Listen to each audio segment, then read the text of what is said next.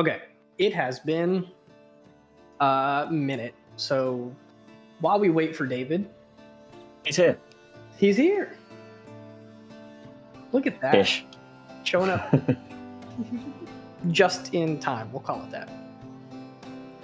But while David is getting set up, at least, as a team, let's do the recap. Instead of giving it to one person because it has been a while, we'll all pitch in and set us up to continue on today's session with all of the context.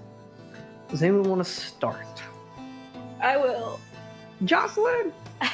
Whoa! I got interrogated at the beginning of last session. Oh, we need a little more context than that. Not just last session, but like... People might have forgotten who you are because it's been a month since we've played. So, everybody else, lead us up to where your character first came in. Okay, my bad. Everybody else, as in, like, actually everybody else? Yeah. That's like 2 sessions ago, man. Jesus. I know, it's crazy. Let's see. You know, I'm kind of too lazy to read my notes. Someone else do it for me, please. Oh my gosh. What do you remember off the top of your head? I want to know. Off my head? Yeah.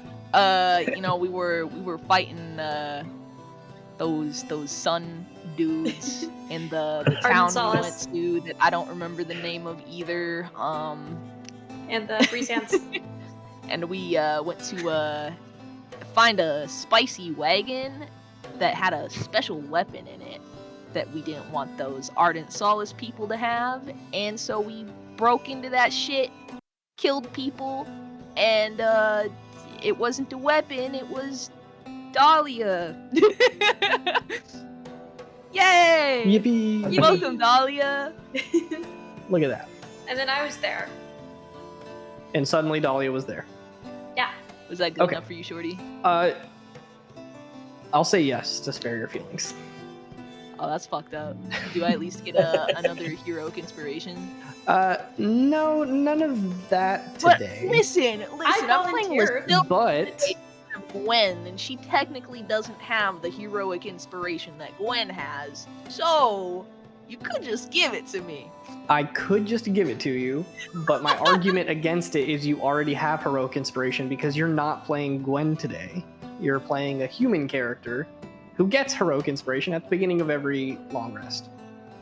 Ooh! Which is the next thing that I want to point out. I did not get to make a new overlay because I lost the files for the original overlays, so now all I have are the pictures.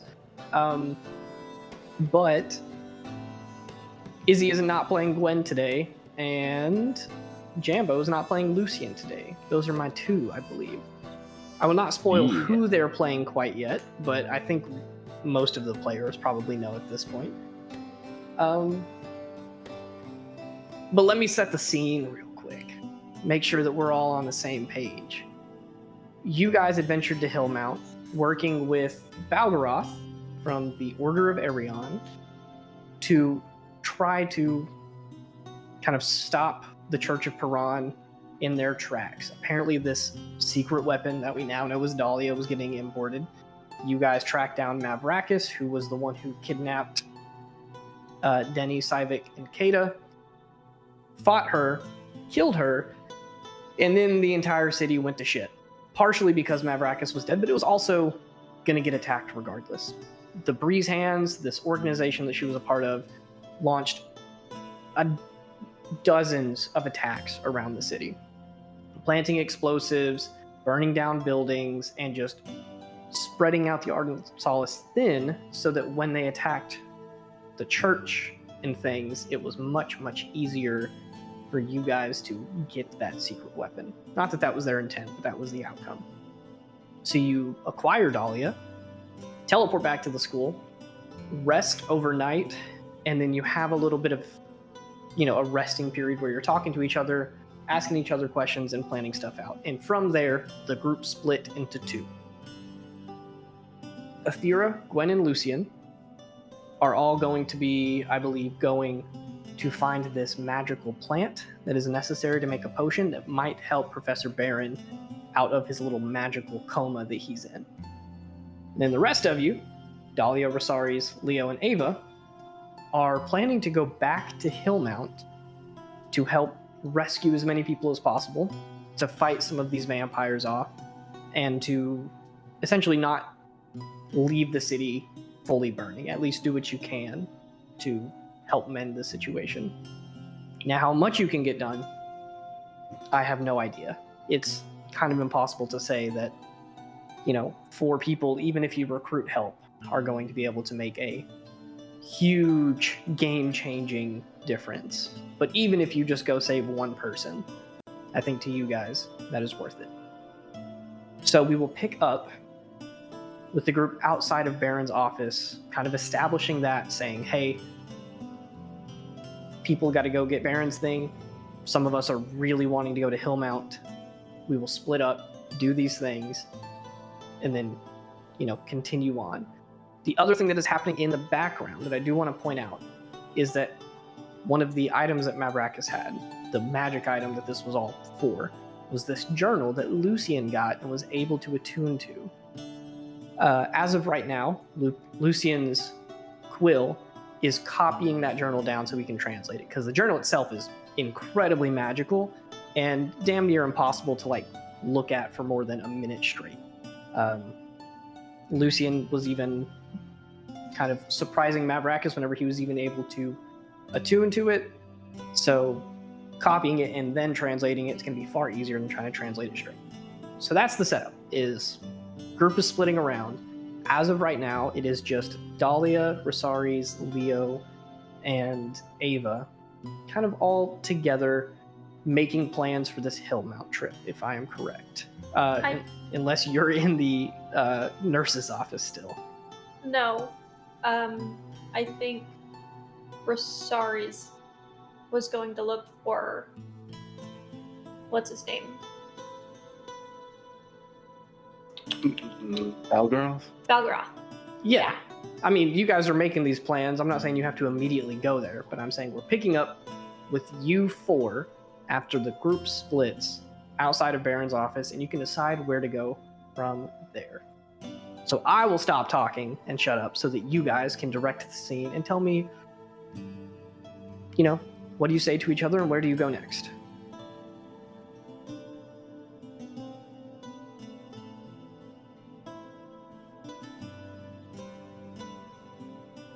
So... Awkward group, all right. Is there a plan? Or are we all just standing here? Ava's following Resaries wherever he goes, so wherever Resaries is going. So I guess I'm here with coming the group. along to help, so... Or if you left, she left with you. Unless you didn't want her to. Because you could tell her to not follow you. I don't care. That's fine. Okay, well then she followed you. I was going to ask, it's been a month. I've made some assumptions. I don't remember exactly where we left off. Did Resaries already leave to go see Balgaroth by the time all of this conversation happened?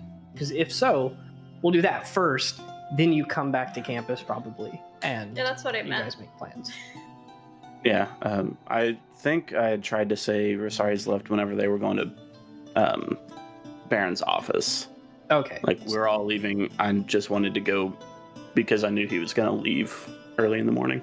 Okay, Would did you want to go Lysilda be here solo? No one's invited Lysilda yet. Yeah, that's fucked up, guys. Come knock on my still, door. You're still Gwen right now. Yeah. Right now you're good. Not You're just there not yet. in the We're scene. not there yet. Would you go solo, or are you bringing someone with you? I mean, I'm not going to stop anyone from coming. Well, Ava followed you.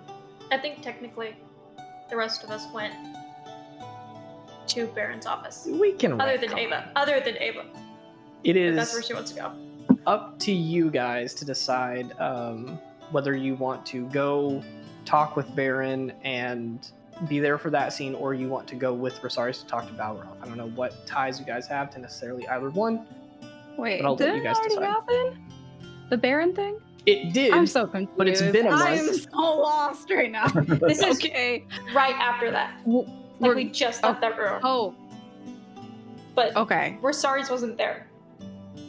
Right. I wasn't there. Was I? I think you were. Was I? Pause. It does not matter where you were. We're retconning it because I don't remember where you were. So I'm letting you choose.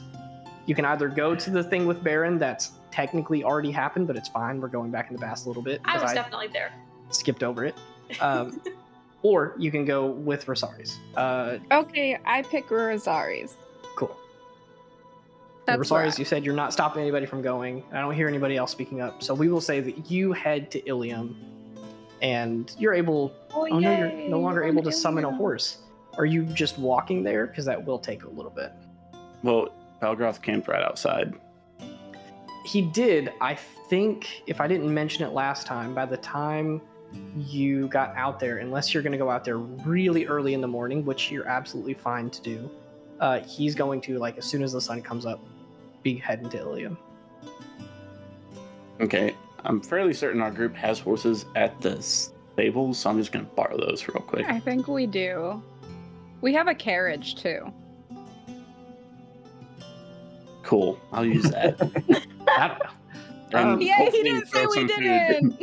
I'll throw the food at the horses that we haven't fed in 6 weeks. Y'all better not be gaslighting me. I actually don't remember. I'm fairly certain we had horses that we just bought We and had never horses. did anything with. Definitely her We horses. did in fact buy maybe a horses. carriage? Listen, We need to hire someone to look after the horses. I do not know. All I know is that I do think you guys have at least purchased horses once, if not more than once. So I'm fine if you just want to say that you guys have horses there. I'll put it a different way. I know for a fact we bought horses and put them in the stable. Yeah, that's what I'm saying. Is like, I'm fine if you guys just get horses and go. It's like, I'm going to say a little over an hour if you're riding fast to Ilium. So you show up there to make this kind of go quickly, plus you know Balgaroth in and out. You grew up around him. You're able to find him kind of set up at a local tavern and inn pretty quickly. You know his preference. He's not going to be in the middle of all the action. He's going to be kind of out, into a kind of quieter part of the city. So you He should find stay him. at my inn, my tavern. You can definitely invite him, Okay. but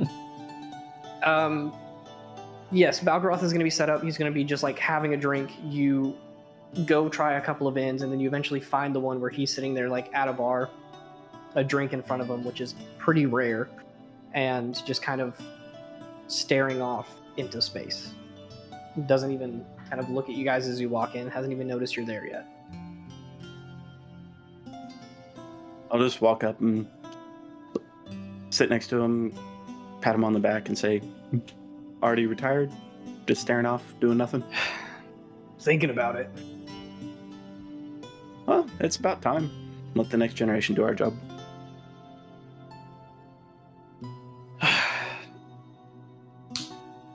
So, secret weapon acquired. Church is on the fritz. Yep. All it cost was a city. Yeah, I plan on fixing that as much as I can. He raises his eyebrows at you, obviously kind of a little confused. He knows you really well, and he's not really surprised that you're going back, but you assume it's more so like, how are you planning to fix it? The vampires got unleashed because I killed Mavrakas. And look, it may have cost me my oath, but it didn't cost me my principles. I'm going to go back. I'm going to fix my mistake. Those people shouldn't pay for my sins. I should. I'm going to get as many of my friends as I can, and I'm going to go do the best that I can. Well, I wish you the utmost success, and I wish I could go with you to help, but and he kind of turns over a little bit, and you see that his sleeve is rolled up, and there is a very open wound kind of going down his forearm that goes past his elbow up to his bicep that has been healed, so it's no longer like bleeding and actively just causing him injury, but it is something that's going to like severely weaken his arm. It's like a huge laceration that's going to take a lot of time and magic to heal. So he's definitely going to be out of commission for a couple of days. Well, looks like you're going to be at least retired for a few weeks. Yeah, figured I might at least try my best to enjoy the break. Ilium's pretty peaceful. It won't be peaceful once I tell Kato where you're at. You do that. Hey, you owe her at least a goodbye. Well, hopefully it's not a goodbye. You know, if I decide to stay stationed up here, I'm not too far away from you kids. I hear there's a tavern a little bit south of here that a friend might let you work at. Uncle, what's his name? Oh, down on the lake. Marin? I forget his name. Yeah, that guy. Could be peaceful. Either way, you got any names for me? It's true. Deal's a deal. I'm not joining your order, but you never said I couldn't make my own or anything. So, I won't join you. You know what? I've done what I can. I'll take it. He takes out a little piece of paper, folded it in one of his pockets, and slides it across the bar over to you.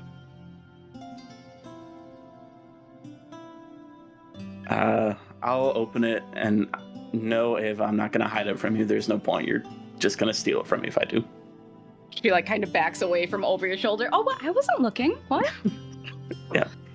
While you open it and read it, Balgaroth will actually kind of divert Ava's attention a little bit, and he looks over you and he says, "You've been awful quiet. Are you just here for moral support?" Yeah, I didn't want him to go alone, just like how I don't want him to go alone to the whole... Where was it? Hillmount we were just at? Yeah. I think it's stupid. I think it's really stupid. But hey, not gonna let him go alone, so here I am. I won't deny that trying to pin yourself against however many vampires is stupid. A lot, probably. And But- look at my neck. Look it. And she like shows all the vampires that have bitten her. You pull your hair back, and he looks, and he kind of points out that your bites are like completely healed up. They are just small little dots on your neck now. But they're still there. But they're still there. Very small, tiny little scars. It's horrible. It's terrible. You see this? Yeah, you look so injured. But Totally again, ruins my look. pitting yourself against that many enemies, I'll admit it's stupid. But I Yep. think the reason behind it is at least somewhat respectable. Yeah, I'll agree with you if we don't die. Zach, do you want me to send you the names, or do you want me to just read them out? Is both an option? I will gladly do both. Let me Cool. take a little screen. I will say, I'm more of a fan of letting players have insider information, but not their characters. That's true. Yeah. So I will go ahead and I'll send it to you, but I will also read them out. The mother's name is Marina Greyborn. And there is a little note beside it that said she was an elven woman, very, very like prominent in the town. She was well respected, well liked, and kind of an important figure to people. And she had close ties with the order. But the father, there is no last name. It just says Ignatios, Ignatios, and it just has question marks beside it. Balgaroth clearly didn't know this guy very well.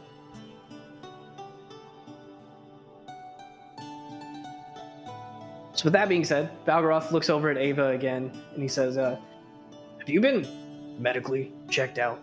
I think you might want to make sure you're not suffering any long-term ill effects from that many vampire wounds. Perfectly fine. Can't you Oh, see some me? of those bites are from her girlfriend. Oh, She's gonna elbow. That's crazy. What? Balgaroth holds up his drink, takes a huge swig, and then it's empty, and he pushes it back across. He leans back in his stool a little bit and faces you guys, and he says, Resaries, I just hope you know that you already know what I'm about to say. Standing up for this is fantastic, but if you get yourself killed in the process, how are you going to help people in the future? So don't do anything stupid. Nothing stupid, but price has to be paid by someone. So let's hope it's not me, but it's the vamps this time. Yeah. Well, Anyways. luckily, I'm assuming you've made quite a few friends at the school, so Yeah, I have a Ava list. here won't be the only person going with you. Yeah, if it was just us, there would be no point. No offense, Ava. I elbow you again. I don't have my oath. That's what I mean. Well, we could still take it. Don't be so hard on Okay, yourself. then let's go. Following.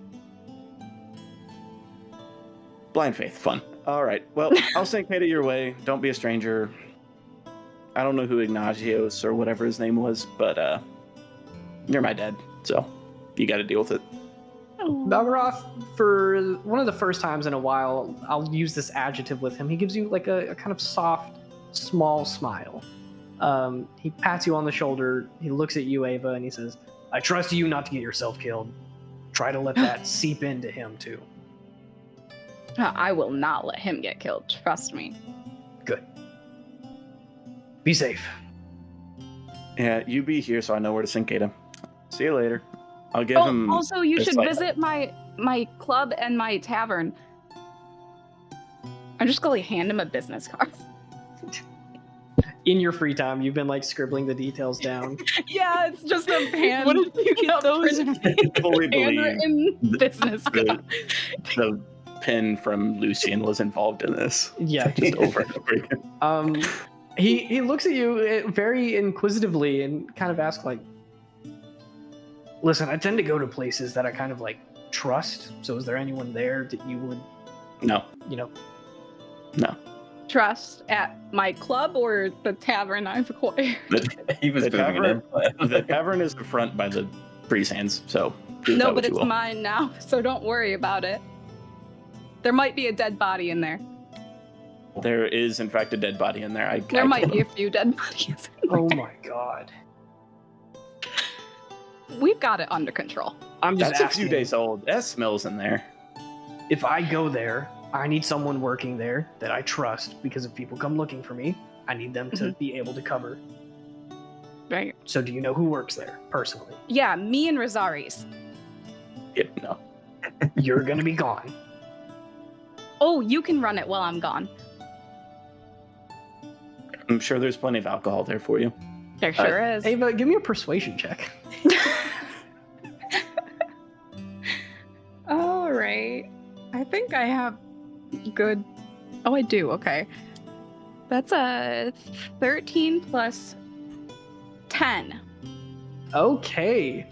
On a 23, Balgaroth initially looks very hesitant, but then he kind of raises his eyebrows a little bit and he says, so I'd be getting paid for this. And there's free alcohol. Yes. And also, you do have to clean up the dead bodies. I can handle that. Okay. Yes. I just like turn around. Finally. Yes. He My business is growing. shrugs a little bit and reaches his hand out for a key. Oh, okay. Yep. I've got a key. I'll give it to him. He takes it, sticks it in his pocket, and he says, all right, Resaries, change of plan. Send Kata to that place, this place. Have you picked a name, or am I just... Ooh. How do we put Resaries' name and my name together? Avaries. It's gonna be called Avaries. Don't you like Come that, on. Resaries? Ravers. nudge you. Ravers. I feel like Ravas is the like easy pick, but I think it's very fitting to try to go the other way. As far as it is, we have things to do, Ava. Let's just, Right. Yes. City to save. Ugh, Yeah. Whatever. Not... hmm He looks at you after like setting down a gold piece on the bar for the bartender, and he stands up and he says, I expect to be compensated for all the money I'm about to spend fixing this place up, because if you give it the amount of attention that you gave the name, I have a lot of work to do. Okay, I will. Yep, you know what? We'll work on a contract when we get back. Sure. And if any breeze hands come through and are like, hey, this isn't, who are you? Just kill them. All right? And we can put them in the back somewhere with the other ones. Resaries, he looks at you and has almost a weird look of approval on his face. He kind of nods a little bit and he says, I can handle that. Oh, thank you. You're a lifesaver. And here's your bonus, and I'll just give him I'll give him 5 gold. Okay, $500 is a solid start to be clean some stuff up. He takes it, pockets it, and he says, all right, I guess I'm off to do the housely duties. Yay! You're gonna be so good at it. It's been a while. I'm sure I remember. I'm sure you're gonna love it.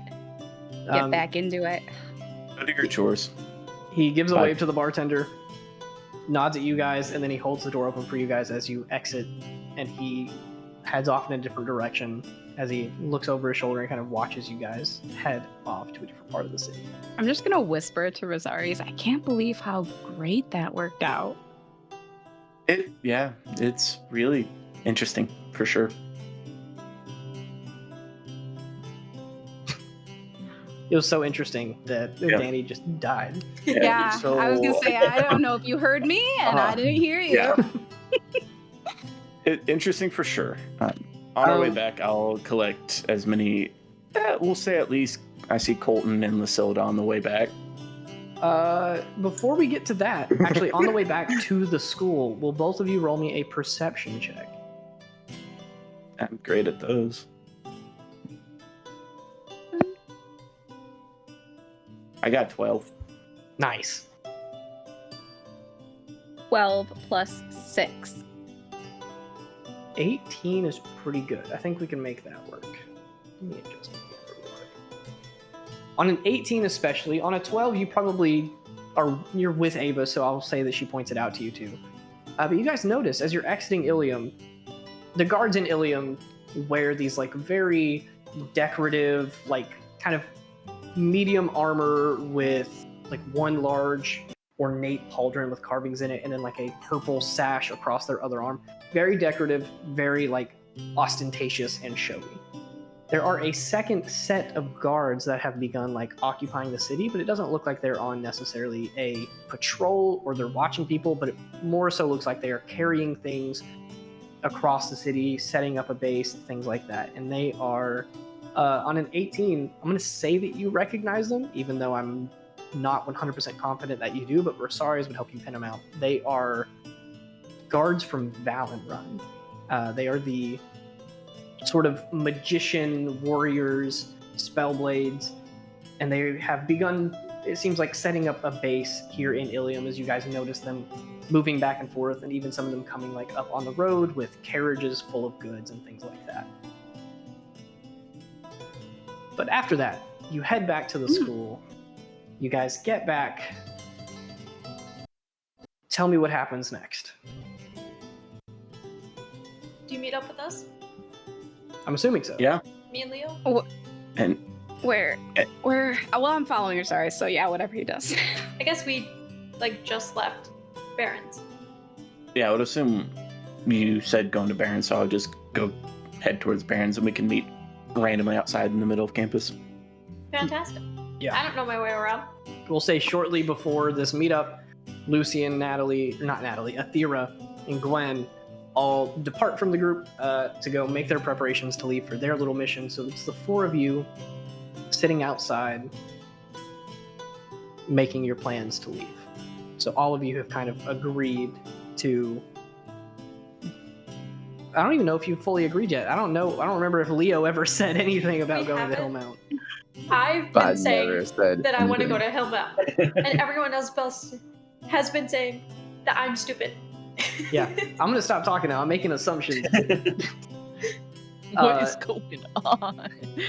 The four of you reconvene, making plans. Resaries, you know that Dahlia has been saying, I want to go back to Hillmount. Dahlia, you have been saying, I want to go back to Hillmount. And the two of you, Ava, you're just kind of following Resaries around, I guess. I am. Just everywhere he goes. He's Mother Duck.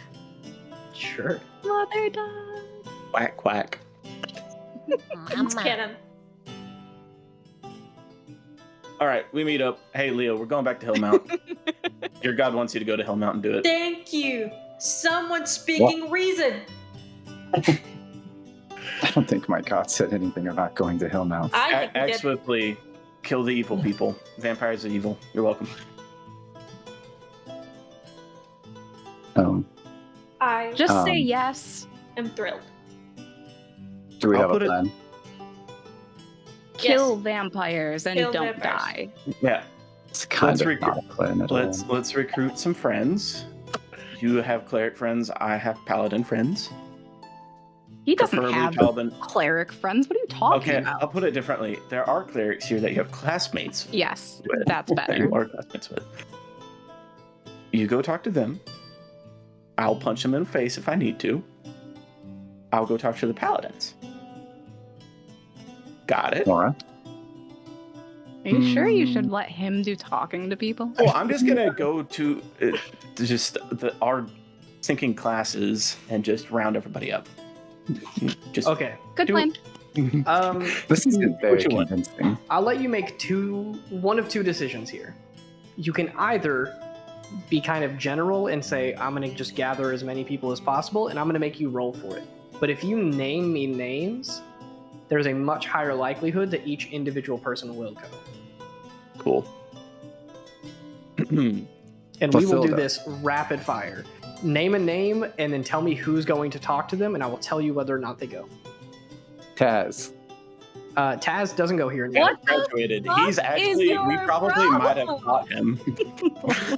No, What? Lasilda. Lasilda absolutely is going, obviously. Shout out is Yeah, dude. fuck. Yeah. Yay. The real question is: do we send Leo or do we send? We don't send Leo. We don't Cool, I'll send go Leo. get Lasilda. Cool. Lasilda's going? Who's the other person that's going? Colton. Colton. Pop Hub. Colton is also absolutely going. It doesn't matter which one of you goes to ask, but he is a paladin, so Resaries, you know him. Cool. Asta Carstego. For her, give me a persuasion check. Oh crap. For context, you guys know the other student. There's no other than the player does. Asta Carstego is a second year with you guys. She's a barbarian. Very buff, very mean. So it's kind of a high DC. I got a 17 on the die, but currently I have a -2 to persuasion, so I got 15. A 15 will still probably do it. Tell me how you ask. Like, what are you pitching to her? I know she's a barbarian, and I know she likes to attack things. So, I also know I kind of ticked her off during the first year games. So I promise to let her hit me as hard in the gut as she physically can, if she will just come help us kill some vampires. She's gonna say yes. The prospect of free combat without having to hold back sounds incredible, and she says that instead of just getting to hit you once, she wants you guys to have a sparring match, but she gets first hit. Sure. I won't let her know that I don't have my oath right now, because I feel like that might lessen the deal. But she'll say yes. Yeah, you seek her out, you ask her personally, for sure. Cool. If nobody else has any, I'm just going off the list that me and Shorty came up with. I don't Cool. know anybody.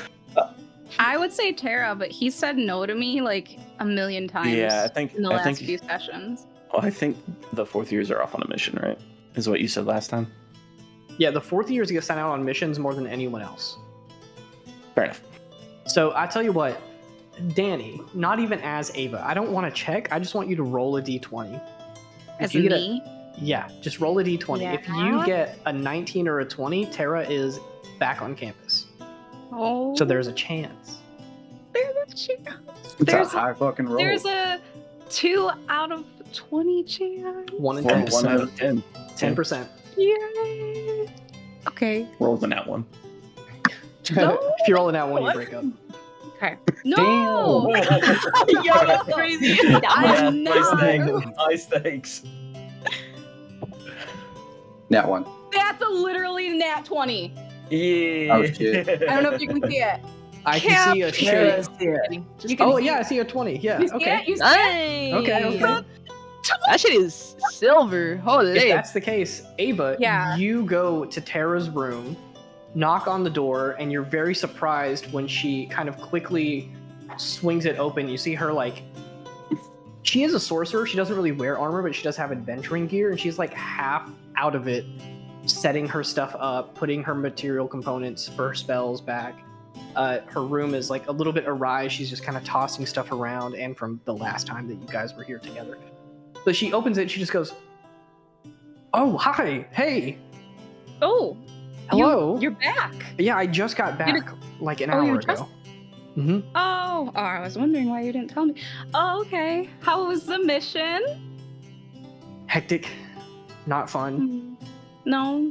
Lots of orcs and ogres and trolls and other monsters Mm. out in the mountains. Do you wanna hang out? I For would love a while? to in about 20 minutes. I need to Okay. shower. I'm covered Uh-huh. in blood and dirt, and neither of those are Okay. mine. Good. That's good. But you know, I would bring some stuff probably when we're hanging out, because we're gonna hang out in Hillmount.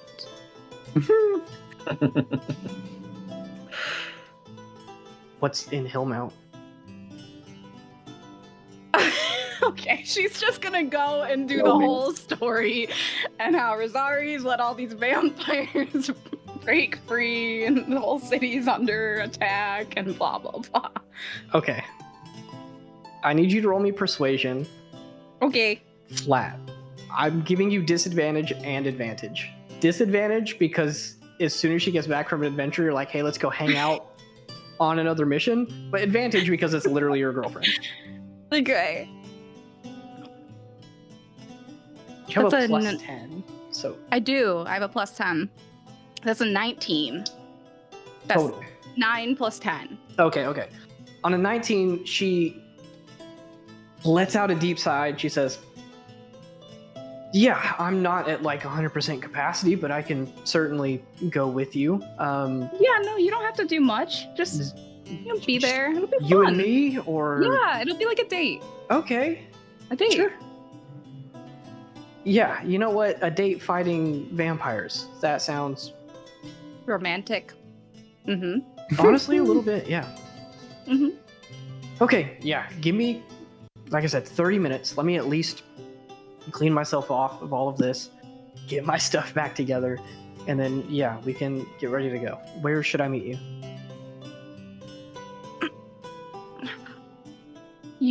I will pick you up because this is a date.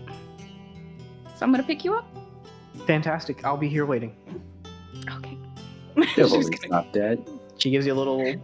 wave, and you are off. And you have somehow miraculously recruited Tara That to was very the unexpected. party. What You also level is told her Tara? I need to That it was check. just gonna be you two. And that's not even close to true. Not even close. No, well, we'll be like near you guys, but a little bit away from you guys.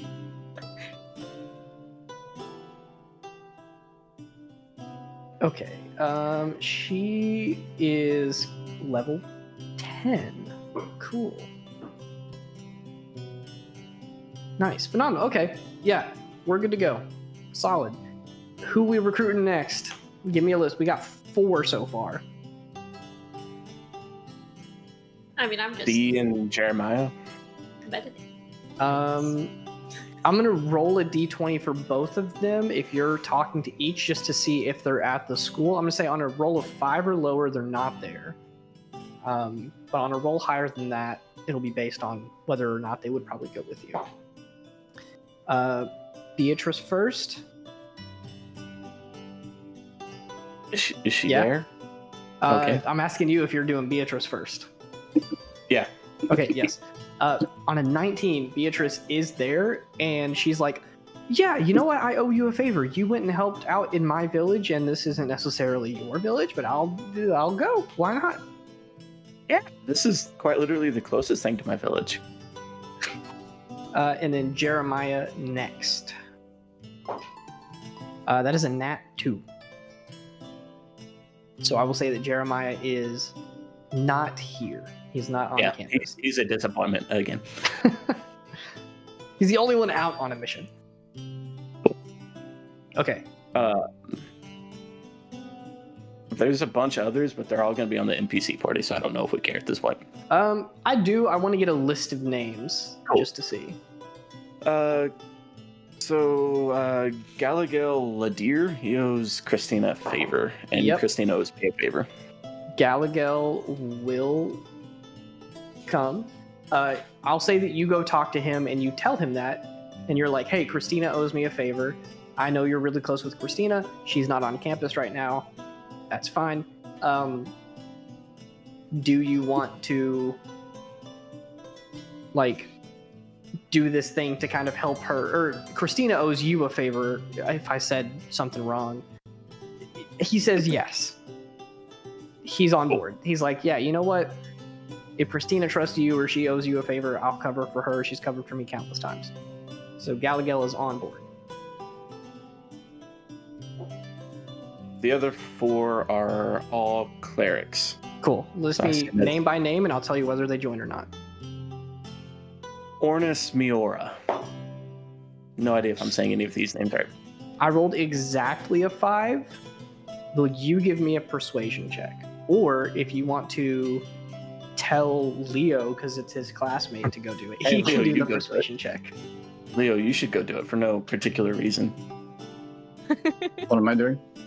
You're rolling a persuasion check. Help us, please. Rally the troops, Leo. Come on. Group effort. 19. Yeah, Ornis is like, you know what? I might get bonus points for it if I pitch this to Professor Arihala. So yeah. So Ornis also shows up. Leo, as soon as you get back, I say go look for Tiffany.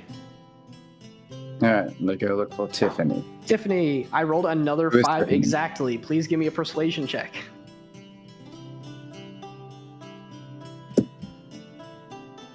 $16. 16. Yeah, on a 16, I set the DC at 15.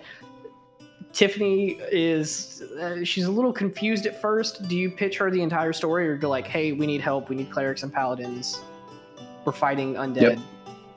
That's it. Okay, so you give her the brief of it, and she's like, you know what, this could be a great opportunity for me to study, and if we're killing vampires, I could collect some of their ash and make potions with it. So Let's Tiffany go. Mirabelle is now on the team. As soon as you get back, I tell you to go talk to Hisni Eben Torin. Let's fucking do it. I'm on a roll right now. No pun intended. Too bad, I rolled a 3. His knee's not here. Cool. As soon as you get back, I say, man, you suck. Go get Marnik Malus. Alright, I'm going. You go to Marnik. You approach him. Do you give him the brief story again? Yep. He looks at you again. This is that guy that Gwen's been kind of talking to. The tall redhead cleric, kind of a scowling face. He looks down at you and he says, if I do this, do you plan to talk highly of me? What, you want me to talk you up?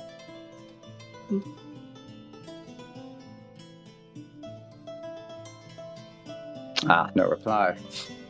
I'll take that as a yes.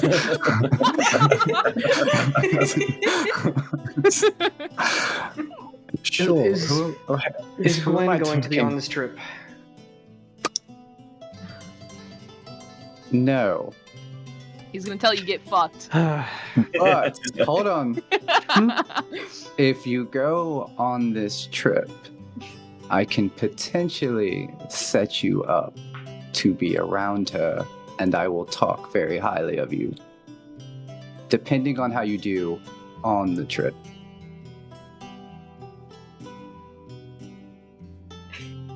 I have no doubt in my own capabilities. I can accept that. Perfect. All right, let's go. All right, Marnik Maylist is added to the roster. You All right, persuaded who are we him going for now? like it was Literally painful every for single you. NPC that I had planned for. Just say names. We're just gonna go get them. Did they talk to Lucilda yet? Oh, no. Oh, fuck. Come on, We guys. did Yeah. already The say photo was that the you're first coming. one that I got. Yeah, Resaries Oh, and right. then Atlas. And I just- Colton were the I first just didn't two know that if I it got. was like a thing you were talking to Who like is everyone else or what, Colton? man. I've never heard of Colton. He's a third year. paladin. Oh, I've never heard of him. He owes Christine a favor as well. So Dang, everyone has favors. I guess I'm just gonna like meditate. I guess I don't know Hey, anyone. we'll get to Dahlia here in a second. I'm not going to leave you out. Don't worry. Resaries, I didn't hear what you said. Was that the end of your list, or do you have any more? no, that's the end. We've recruited literally almost every paladin or cleric that's on campus. Okay. Damn, save some for the other mission, guys. Come on. Nobody's gonna be here to do missions. So I said I'm taking the divine casters. You said radiant damage. before we move on, I will pitch it to Dahlia. Camera spins over. Where would Dahlia be as Resaries and Leo are running around collecting people? They kind of just left you in front of Baron's office, but you do have, like, campus is open. And it's a Yeah. weekend, so it's really calm and quiet. I mean, yeah, I don't particularly know my way around. But I think I do like take the time to enjoy the quiet in nature and in the sunlight. And I'm gonna take the time to like fold my legs up, kind of float and meditate for a while. See if I can get any other useful information. If you are attempting to use Future Sight at all, give me a religion check with disadvantage. I'm more so just like praying. And if Okay, something yeah, happens, it that's. happens. I'm giving you the option. You don't have to use Future Sight, but if you want to, attempt to do it, I'll try. it's up to you. I don't know if Dahlia's a fan of the Future Sight right now. Not particularly, but I do. While I really want to go to Hillmount and nothing's gonna stop me, I do understand that it's very dangerous. Okay. With disadvantage? Yep. Okay, with disadvantage, that is a 22. Jesus Christ, what are y'all's rolls today? This is I got a 16 and a 13 on the die. ridiculous. On a 22, you sit and meditate for a little bit, and it is not like it was in Hillmount when you guys left. It is not cloudy and stormy and rainy. It is clear and crisp and nice. So you sit in the sun for a while, just letting yourself feel warm and open. And then after a while, you do start to get very, very short, just brief glimpses of the near future of your trip to Hillmount. And to give you what you're able to pick up, like, very, very quickly, there are still buildings that are on fire, but there aren't nearly as many battles. Like, the when you guys left, it was an all-out war. There were dozens, if not hundreds, spread across the city of Ardent Solace and Breeze Hands fighting and clashing together. Sounds of metal, crackling of fire. Now it is much quieter. There is still the smoke and the ash kind of fluttering around. But you do see people moving from building to building very quickly, very quietly. You see shadows moving around in alleyways. And that is it. It's at least what it will look like, I guess. But yeah, I just pray the whole time. Gotcha. I'll say once your prayer completes, you continue just kind of meandering around campus, making your way around and using the best of your abilities, like with your senses to navigate without much issue. And by the time that you guys finish asking all of these people to join this little expedition that you're going on, you guys eventually stop when you see Dahlia just kind of like wandering around in the middle of campus, like navigating through some trees. You're eventually like in the middle island where there's just two bridges on either side. You're kind of like walking around the edge, dipping your feet in the water and then heading back in the other way. And you guys eventually go collect Dahlia and you're like, hey, we're going this way. As you guys all convene, I'll say that you guys meet up in the kind of center of the academic building where there's that like little courtyard in between. There's that nice little fake river that they have enchanted flowing through. A couple picnic tables, a couple of trees in there. You guys all gather around, and as you guys start getting set up, people just kind of keep looking around and wondering like, who's taking charge? Resaries, I'm specifically going to pick on you. I'm going to let you make this decision. If you don't speak up quickly, Tara will. And she's a 4th year. So I'm going to let you decide whether you are going to immediately step up and say, hey, here's what we're doing. Here's what I need. Blank, blank, blank. Or you can kind of set yourself back a little bit and let Tara take charge. Mother duck. Yeah, I think normally I'd take a step back, but I think this time it's, again, my fault. So it's my thing to deal with.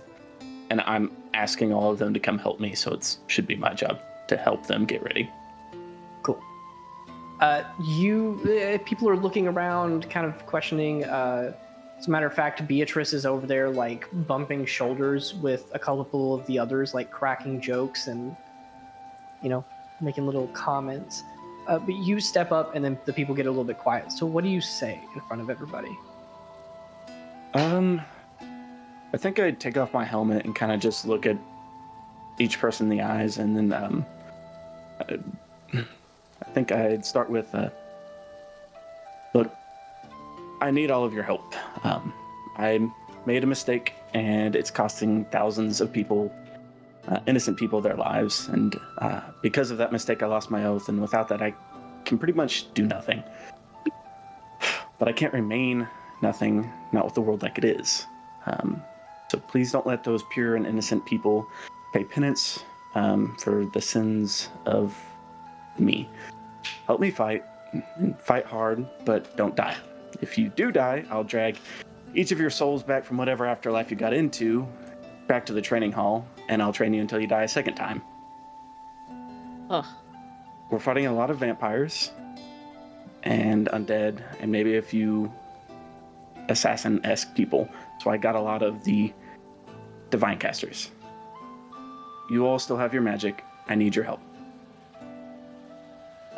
You hear some rouses of approval, and people are kind of like agreeing, and Beatrice even comes over and she pats you on the back a little bit and she says, hey, I don't know what you did to mess up so bad, but we're helping people. That's all that matters. After that, Tara still does step up. As the 4th year, she looks around and she even points out that, Gallagher and Colton are the only other 2 3rd years here. And she says, okay, so remember what you guys learned last year. Party composition. A lot of us are very, very similar. That doesn't mean that we can't put a little bit of thought into this.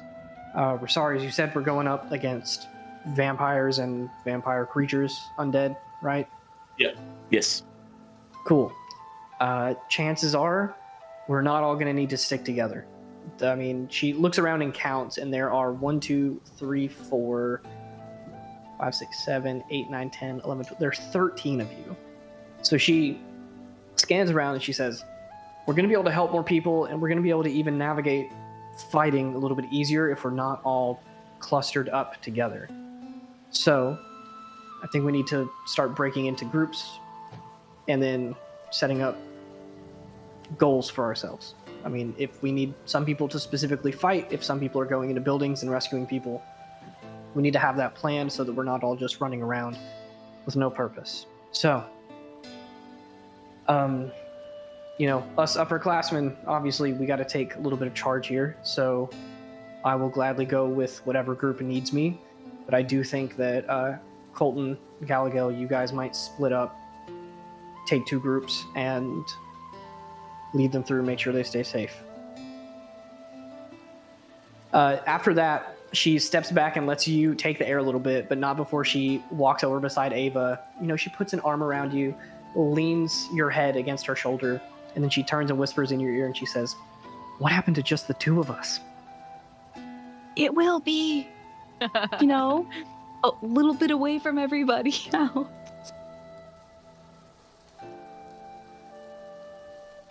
Sure thing.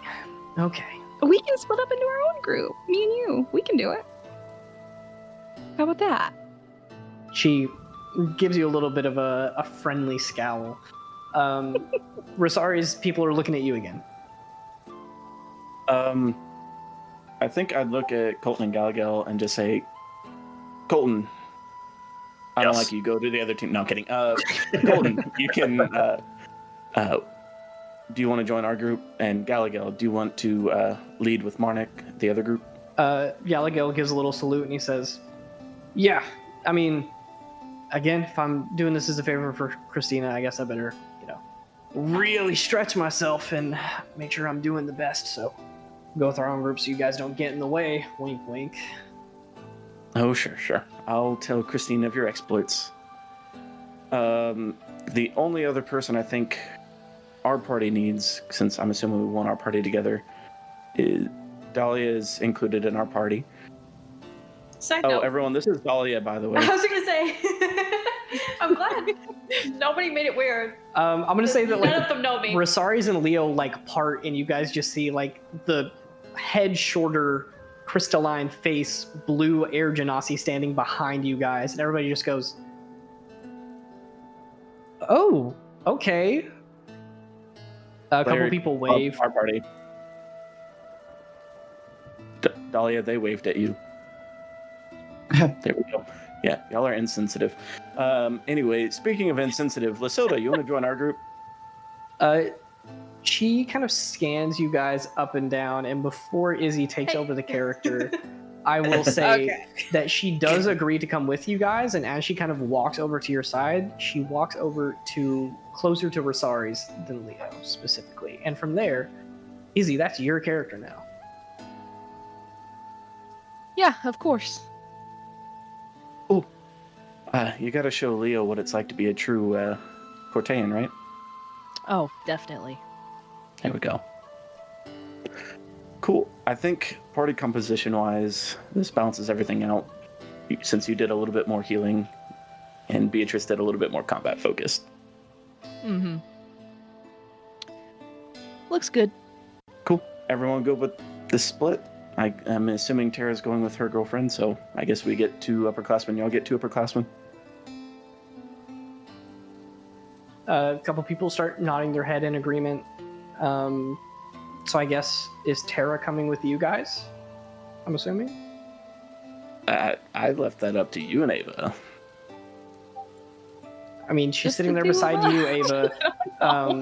I will let you know that you get the vibe, at least, that Tara, now that she sees the amount of people here and understands the gravity of the situation, and hearing what Resaries said, understanding the context for why she's going, she still is going on this to be with you, but she's starting to understand that hey, there might be something a little bit more important than just hanging out with my girlfriend here. So she is willing to go to the other group if the other group might need that. Wait, are you trying to break us up? No, I'm letting you pick. I'm saying Okay. she is fine either way, but I'm gonna let you know that if she goes with you guys, that's another person that I have to keep in mind, and I will forget what spell she has. So you don't want her to go with us? Over She the table, Shorty That's doesn't what want he to say. He doesn't want to, is what he's I'm saying. letting Ava take the high road here. Fine. I'll help out, and I'll give y'all 10 gold to say this will make up for your date. Go on one after we get back. Is that okay?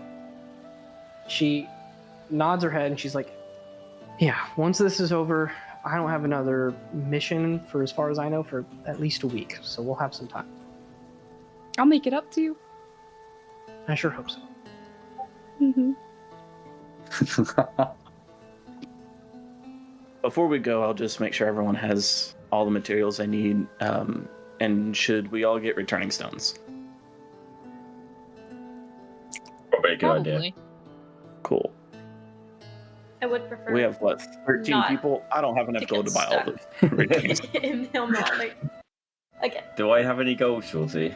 Yeah, I'll say that you guys, the NPCs, you are a third year. You definitely have more gold than other people. I'm gonna give you, let's just say like 120 gold to mess with. I just want to buy a returning stone and a healing potion. Cool. Yeah, go ahead, take those in. Returning stone was it 25 or 50? 50. It's 10. It was 5. Five, Last time I yeah, did. I think it was Oh, 5, sorry, yeah. Bob. Let me just happily donate the it's rest of 50, my shorty. money to Gwen. Okay. I'm gonna I'll buy actually gold. Also, I'll actually tweak what I said then. You're an upperclassman. I'm not saying you have to spend all your money on everybody, but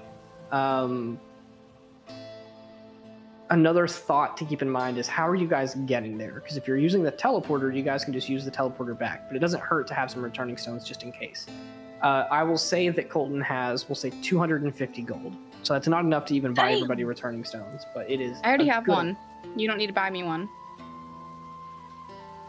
I bought a lot when you said they were 5 gold a piece. Oh my god. Shorty, I have 650 gold. I'll buy that many returning stones. Okay. I have 0 gold and 0 I'll give stones. one to Dahlia. I've got one. I've got a healing 650 potion. I'm would good. be what, 13? That's enough for everybody. I bought me. Yeah, I'll just buy everyone one. Okay. Be If you wanna careful with save the spending money, your gold. We got Two people give some to already your have it, dad. so you can spend. I'll just say 500 gold, and everybody has one. Jesus. Sounds good. There's all my summer earnings. Yeah. And we need to pay your debt. There's No, you need to pay your dad. You employed him. My My dad. dad. Whatever. He can adopt you too. And he's pretty good about that. I don't Anyway, know. but- It seems like it took a long time. As I'm checking in on everyone, I'm like making sure they have their spell components, giving them a returning stone. Don't die. Next person. Kind of same thing over and over again. Yeah, you go around. Everybody looks like they're getting set up. A couple people are making, adjustments to their armor, getting their gear in place. But it does look like everybody is just about ready to go and prepared for whatever this is that you're about to jump into. When you give me mine, I'm just gonna say, I'm proud that you're doing this. The sun shines on you today. Unfortunately, the sun don't shine where we're gonna fight, so it's gonna be fun. well, I would say we'll see, but that seems insensitive. there's we'll gonna figure it be a lot of radiant damage. Coming from you guys, not me. We got this. Can I That's walk what I up ought to to do. Leo? Nope. Hello? Oh, I'm walking up to you anyway. Pay attention. Okay. Ava's gonna have her arms crossed, kind of be looking away from you. Athera said I need to work on my conflict resolution and to not always just go to violence. And she's gonna keep not looking at you. It really upset me that you picked a stranger over me when I told you that I needed to kill them. I'm right here.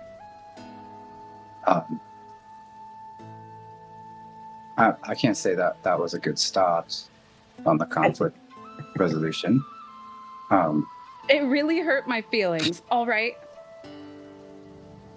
I understand, and I'm sorry that your feelings were hurt. But I think that there was a lot more to that than just killing them. Like, Yeah, well, when you told me that you had to join the stupid sword, I didn't stop you. yeah, but you gave me hell. Well, so I still do too, so there. Mhm. Yeah, I feel like you're taking baby steps in your pursuit for conflict resolution. So, but Just you're doing next a great time, job. can I'm you- proud of you. Let me kill when I say I have to kill. Sure. You just I'm gonna You do know. that. what? Mm-mm. This is not conflict resolution, and I'm just gonna push you. I'm going to violence now, resorting to violence. You I think some of the stupid, NPCs orc cleric. I think some of the NPCs have to step in here. The two that I can immediately Jesus, imagine are no. very close by. Is as you push him, you feel a like tight hand grip around your wrist. You whip around, and Lysilda is standing there, and she just kind of like pulls you closer to her. And then Beatrice walks over, and she kind of like looks at you guys, and she walks up to Leo, and she's like, "Are you guys good? Yes, this is Yeah. normal. This is normal. Are you No, sure?" I hate him. Lysilda just He's keeps pulling stupid, you. and she just like keeps cussing at him. Yeah, Lysilda full on pulls you like to the other end of the crowd. She has a much higher strength than you, so she just kind of yelling. pulls you around. After you have that little outburst, Beatrice checks on Leo, and she's like, "Are you sure? Do I need to like let Director Loomis know?" And you're just like, "No, it's fine. It's fine. This is Nah. normal." Lysilda pulls you around Ava. She spins you around a little bit and looks at you, and she's like, "If anyone is going to talk shit to wait, Leo, I thought it's gonna be me." Gwen was. Yeah, but she wasn't doing anything. Wait, you're both? Oh, okay. No, you're just confusing me. do It's Gwen something, but they Lysilda were or not. Okay, I'll take it back. I'll let Izzy decide on what she wants to do with Lysilda. But at least Tara pulls you back, and she gets you away from Leo, and she's like, hey, I need you to not do that. What? Now is not the time. Right. You said Deep breath, conflict resolution, and then immediately Yeah, I Made resorted a to violence. conflict? I know. Yep. I did. Just he gets me going. hey, conflict resolution does not mean that the resolution is more conflict. It means you are resolving the conflict.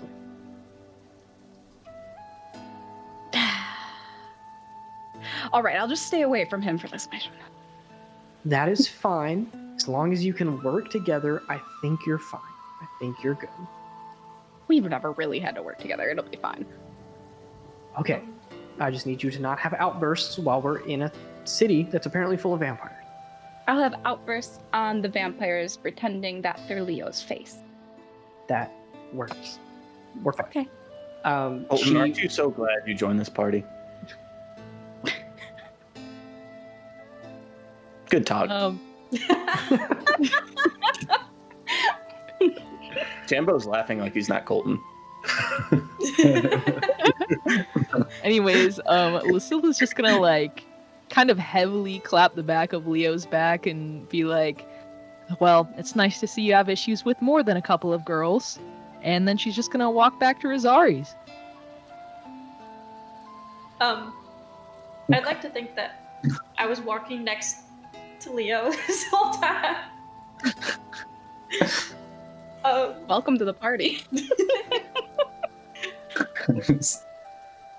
It's the Be normal. like, This is I'm all gonna- normal.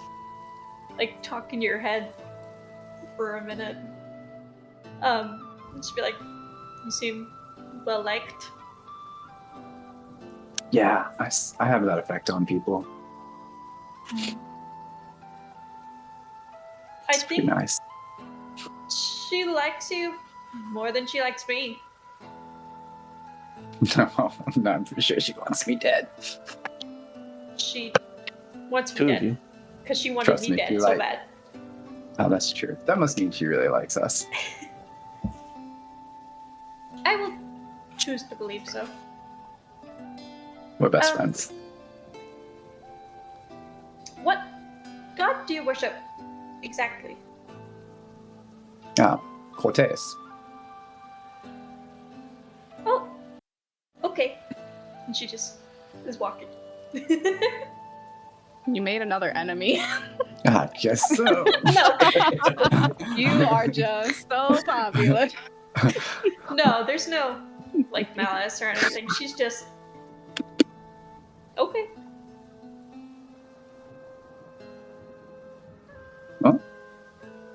Cool. Shall we then? So, who's doing what? I'll get people out of buildings. I can't smite. No point in me fighting a vamp. I'll fight and help people where I can. Same. I'll just fight and distract them. Colton, for the love of all things holy, you have the most smite. Please do more than just keep things busy. Okay, 70% fight, 30% distract. Hear me out. Sure. Double holy blender. That is up to you guys. Oh, I asked for the ring, by the way, before Athera left. Because I needed it. Double hole. What? Please? Nice. Spirit Guardians, Leo. Natalie's not here to make that I call. know! But she would, and you know it. Probably would. Should I call Nat's phone right now? Yep. Yeah. Actually, You need the answer. And Actually- put it on speaker. You have to put it on speaker. you absolutely can. I don't think she'll answer. If she doesn't answer, I might metagamingly force Dahlia to give some information here. All right, I'll call her right now.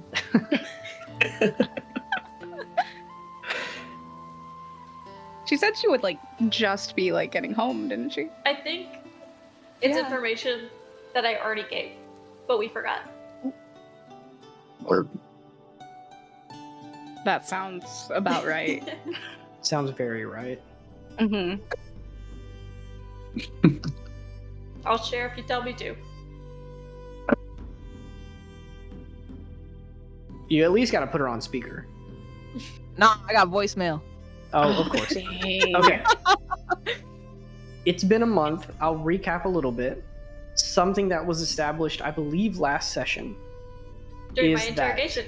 Through interrogating Dahlia, you guys realized that, the method in which you were being scried upon was through Dahlia, who is no longer with the church. Oh, yeah. I.e., Yeah. you don't need the ring. I.e., Oh, you don't really need the yeah. ring because... In fact, if you wear it, Just I can't heal you. it's a trauma response. That's why I asked for it. Sorry. I choose to believe Ava's just at the door clawing to get out like a rabid cat. Just like, I need the ring. I need the ring. Give me. Cool, we have Okay. a rough idea. Are we good to go? Everybody starts looking around, and then Tara leans over to you guys, and she's like, how are we gonna get there? Ghost Professor. Naralne? Yep. Teleporter. Okay. Sure. They all follow you guys up. You head up the North Tower, up to the, I don't remember what floor it is with the teacher's offices. I'm going to say 4th floor. You go up to the 4th floor, go into her office, and there's a crowd of people bleeding out into the lounge area between these offices. Who is going through the teleporter first? I'll go. I'll go Cool. too. It can hold 3 at a time. Yep. So we got I'll go 3. nice. What does Lucilda react with whenever Colton walks up, Lucilda walks up, and then Leo immediately steps on the platform? Lucilda's just going to make a funny face at him and then just kind of move. What's his name? Colton? Yeah. Yeah. She's gonna move Colton in between her and Leo. Phenomenal. Colton, you get pushed into the middle, and kind of sit there looking to either side. You lean up a little bit and put the stuff in the pedestal, place your hand on it, and teleport. Go ahead and make me a Constitution saving throw, if you'd be so kind. 19. Cool. I also need the same Constitution saving throw from Lucilda and Leo. Word. 16. 19. Everybody passes. You are all going to take 10 points of piercing damage as after you teleport, the roof of the building that Naralne lived in is burned and caved in. And as you teleport, you are immediately met with splinters of wood sticking through like various parts of your body. Nothing deadly, but all of the wood is like fallen onto the ground. You teleport in, and then suddenly you have like a large splinter of wood stuck in your calf. So you guys are sitting there like picking it out. You teleport in. You immediately start clearing the teleportation pad so other people can get in uninjured.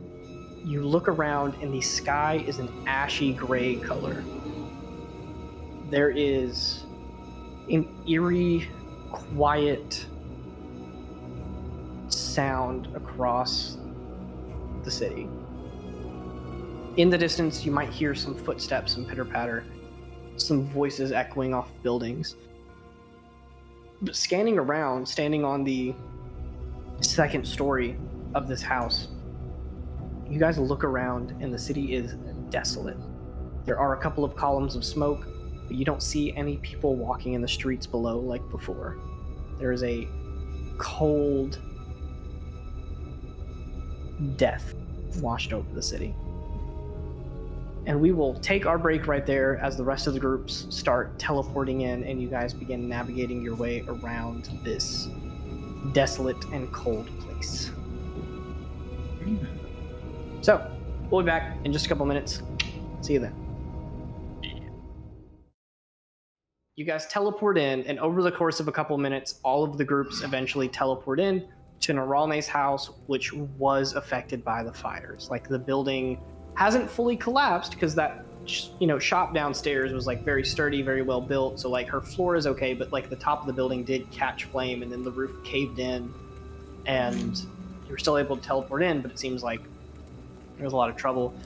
The city is quiet, and at a first glance, you really don't see anybody walking through the streets. Last time there was this loud ringing of the walking metal armor of the Ardent Solace, the whispers of people in alleys, the hushed trading of coin, but now it is quiet.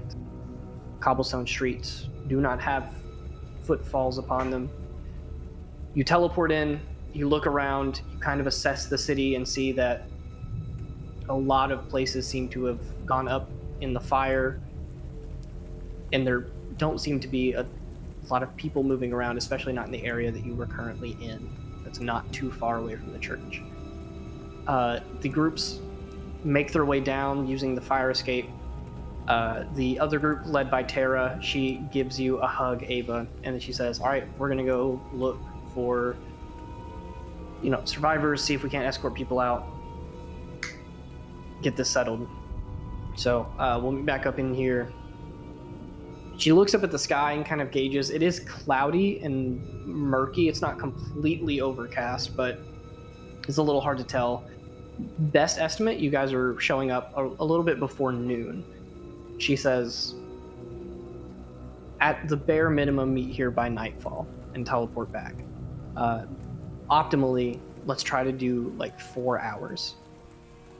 So she gives you guys a nod, and her group heads off with the rest of the NPCs, leaving you guys, and I know the name tags still are not completely accurate, to go in your own direction. So what would you guys like to do?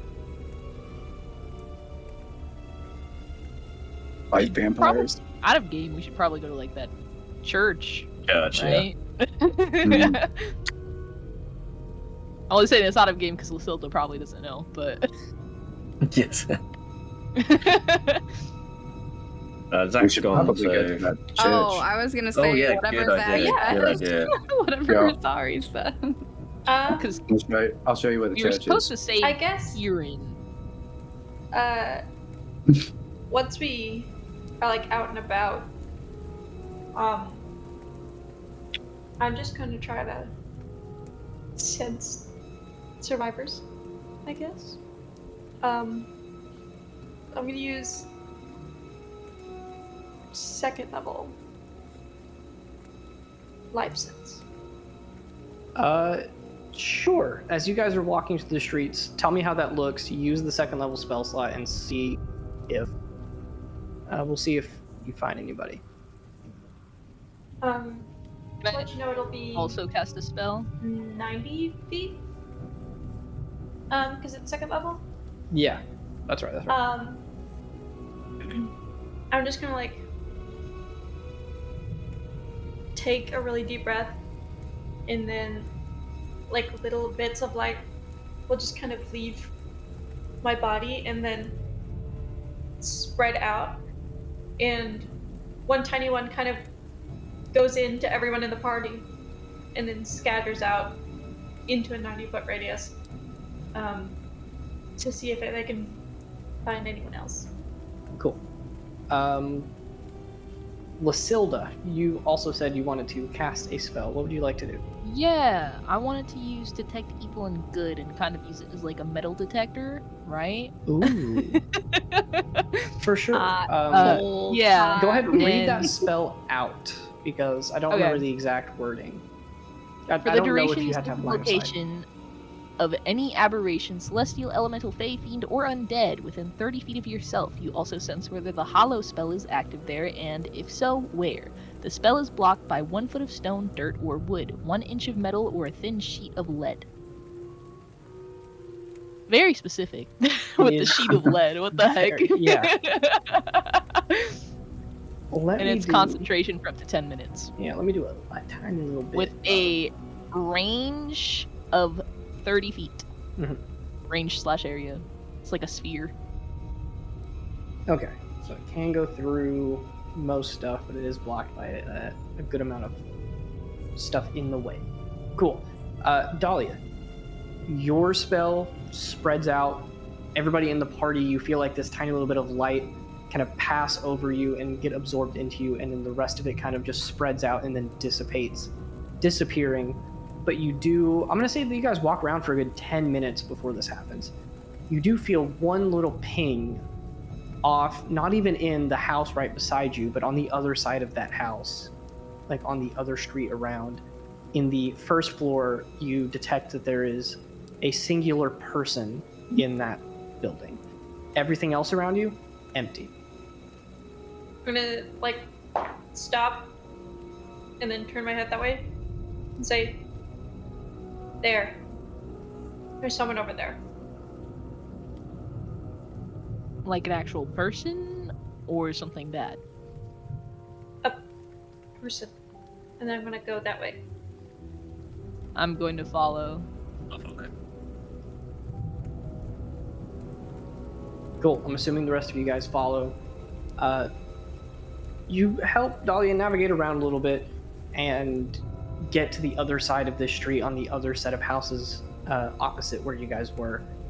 This house has another second story that's like burned, caved in. It might have been hit by one of the explosions.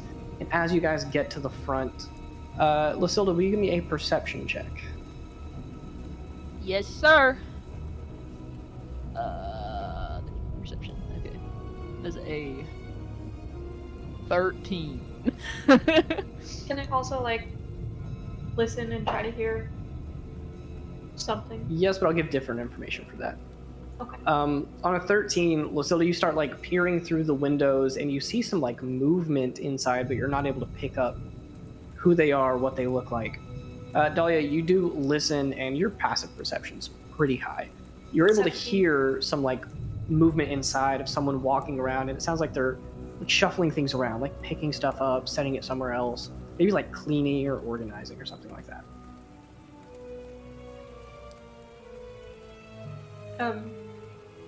Should we knock, maybe? Or just bust in there? Or...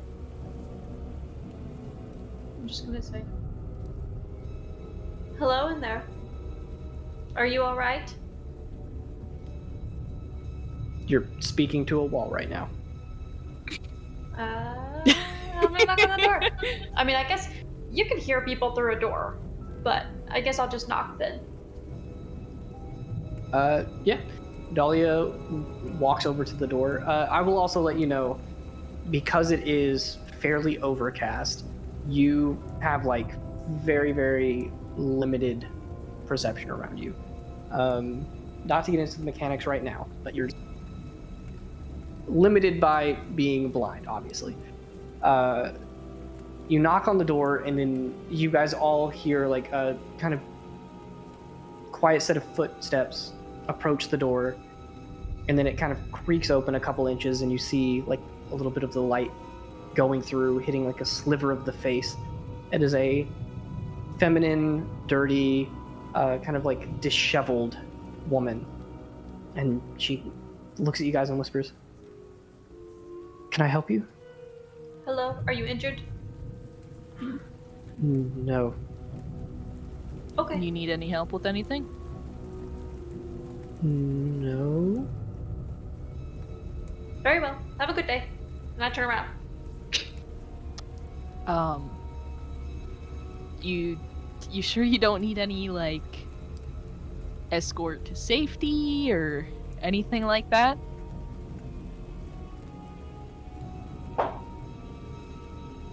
My group can assist you.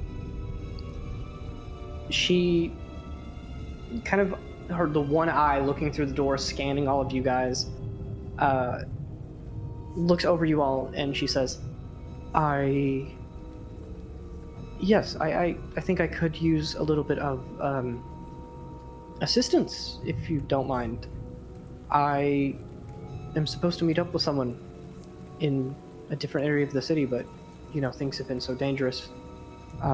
Getting over there would be very troublesome for me. So if you wouldn't mind helping, that would be incredible. Absolutely.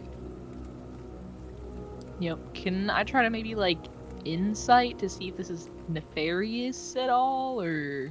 Sure, yeah, you're the one interacting. Go ahead, give me an insight check.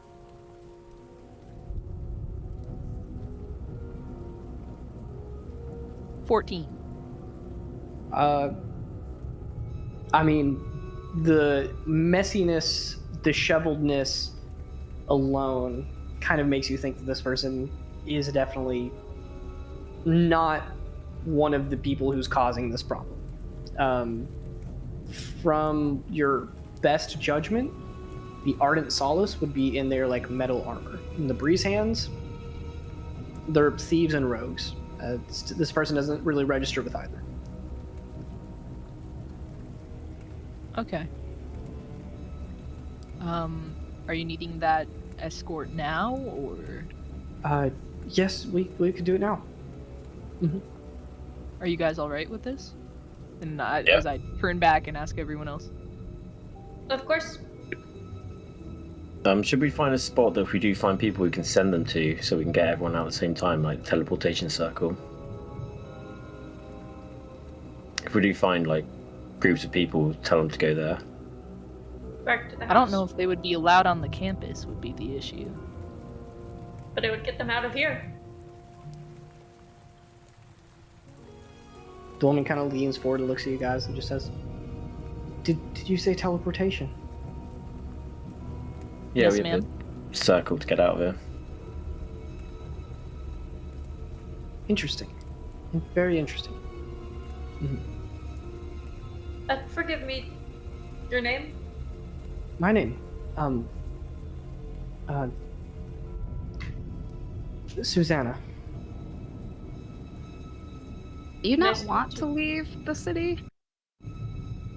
Not yet. I need to meet up with my friends before I leave.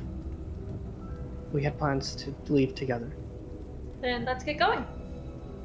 Yep. You ready to move now? Yeah, let's go. She Go. closes the door first, and then she kind of, you hear her like adjusting herself, fixing some of her clothes. She opens it again and steps out, and she's in this like formal dress of almost like a business suit with a skirt sort of thing, but it is very dirty and dusty. A couple of the spots are like ripped just a bit, so a couple of the like fabrics are poking out, and there's like strings hanging from it. She looks very disheveled, but mostly okay, unharmed. But she walks outside with you guys, looks around, and she points in a different direction. She says, "We need to go east from here. I can give you direction. Just, I guess keep me safe if that's all right." As you guys begin to go, she does look around the group and kind of start asking everyone, no one in particular, just, "So, who are you? You don't look like you're from the Ardent Solace. I don't recognize you. I don't recognize the clothes you wear." It's because we're students with Uralumis. Oh, I haven't had the pleasure of hearing about that. I'm not a student. I'm just Dahlia. Dahlia's here for the ride.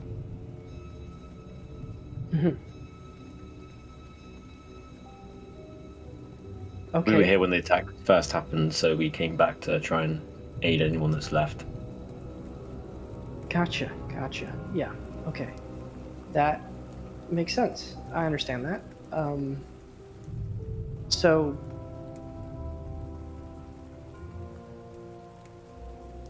when you say you're trying to help people, are you trying to help people escape? Are you here to heal? Are you here to fight?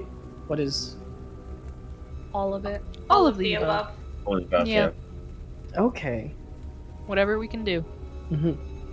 Are there any hotspots with vampires or what have you? None that I know of, no. Very well. Let's find your friend. As you guys continue going on, will everyone give me a perception check? I'm gonna guidance myself. Except for Dahlia. Dahlia, you're not gonna get one here. 22. Damn. I can't listen. No, this is a visual-based one. 16. 15. Cool. And I think Resaries is still not able to continue. I will roll a d20 and see how he does. That's a 5. Nope. Resaries is trudging forward, taking directions from this woman, and getting you guys to the other side of the city. Who got that 22? Was it Lasilda? Me. Yeah. Hell yeah. I got an 18 plus 6, whatever that is. Oh, 24. Okay. I will say, Lasilda and Ava, you guys are towards the back of the group.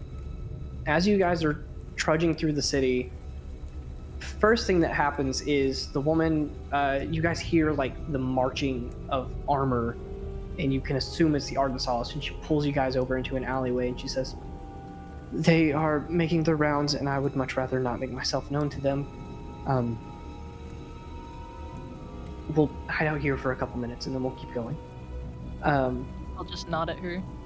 As you guys are in this little alleyway between these houses, because Lasilda and Ava are towards the back of the group, you guys are kind of more towards the middle of this alleyway. You start looking around and you see into another house that there are some people in there who, because these guards are passing by, it looked like they were starting to close the blinds, but then they look over at you. They scan the group a little bit, and they make eye contact with you two and just shake their heads. Weird. And as you guys make eye contact, the woman, Susanna, notices that you guys are looking over, and by the time she looks, the curtains are closed and those people are hidden inside their house. I would like to add that if 10 minutes hasn't been up yet, I still have my detect evil and good going on. Yeah, that is true.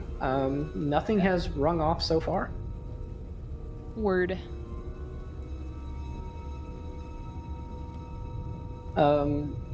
So with that being said, if you guys want to respond to that, you can. Otherwise, a couple minutes are going to pass, and she's going to keep leading you guys through the city.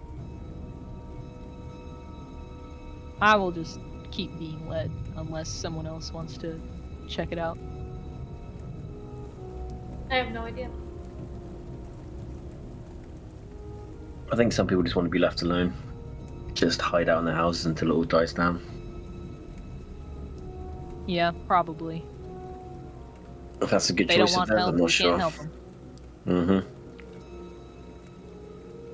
All right, with that, Susanna continues guiding you guys around. you pass through a couple other sections of the city, walking through a couple alleys, and then you eventually approach a house. At this point, your spell would have ended, Lysilda. It's going to be about like a 20-minute walk to this place. So if you want to recast it, you can have it up, or you can just save the spell slot. Up to you. I'm gonna save it for now. Cool. But Susanna kind of gets you guys off into another alleyway, and then this house is like a nicer, larger building, untouched by the attacks and the fire. And she points at it and she says, right, this is the house of my friend. Like I said, if you guys would like to come in, I'm sure they would much like to show you thanks and appreciation for getting me here safely.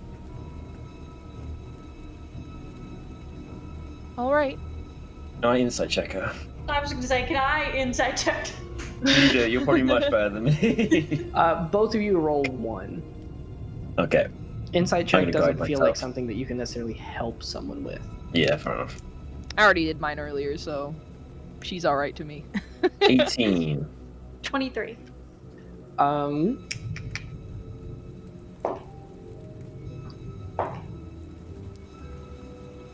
Colton, you really like to see the best in people, and something in your brain is going a little off where you're like, not everything's lining up yet, but I see someone in help and I'm going to like assume for the better.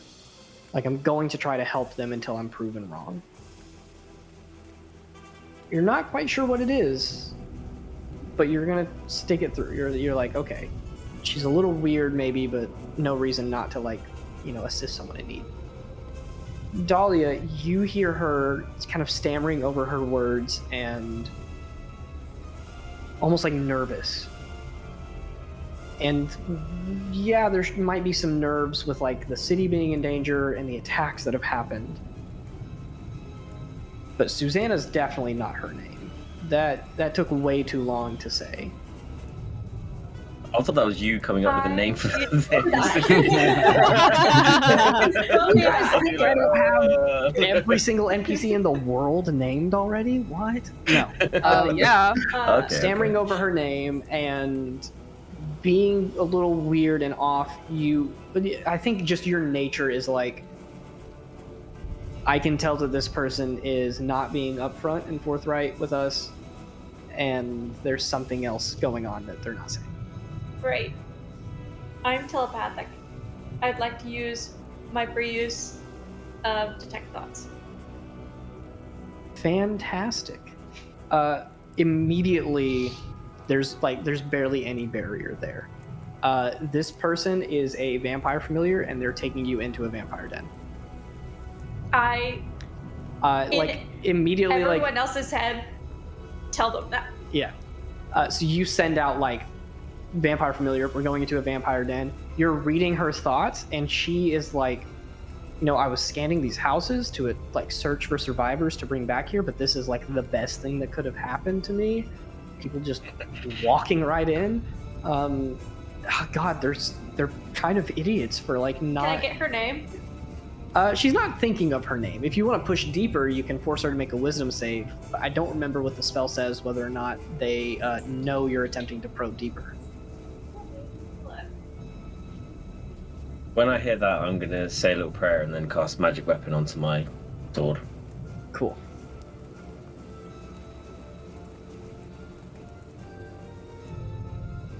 So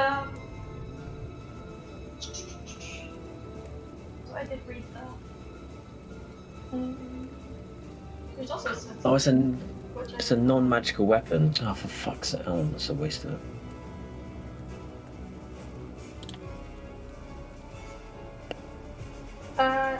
I won't probe deeper. Okay. But I will like. So the immediate thoughts are like how to get you inside this house, like saying that there's other people that need help, or saying that her friend is injured, whatever it is. She's like thinking of ways to get you guys in. You send out the message. I'll give you guys a little bit to respond to this before she continues.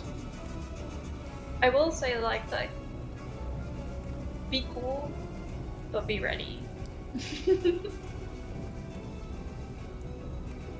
And then I could say, Susanna. Yes, yeah. I hope one day you find solace. And that's all I'll say. The rest of you see her facial expressions are very confused. She contorts a little bit, but she doesn't understand quite what you're saying. And she just says, thank you, I think. I'm gonna turn to the rest of the party and be like, so we're killing some vampires? Susanna immediately perks up. She just goes, are there vampires nearby? I'm gonna say I like look at the party and be in like, her head. I'm gonna say, Susanna. She looks around confused, not sure where the voice is coming from.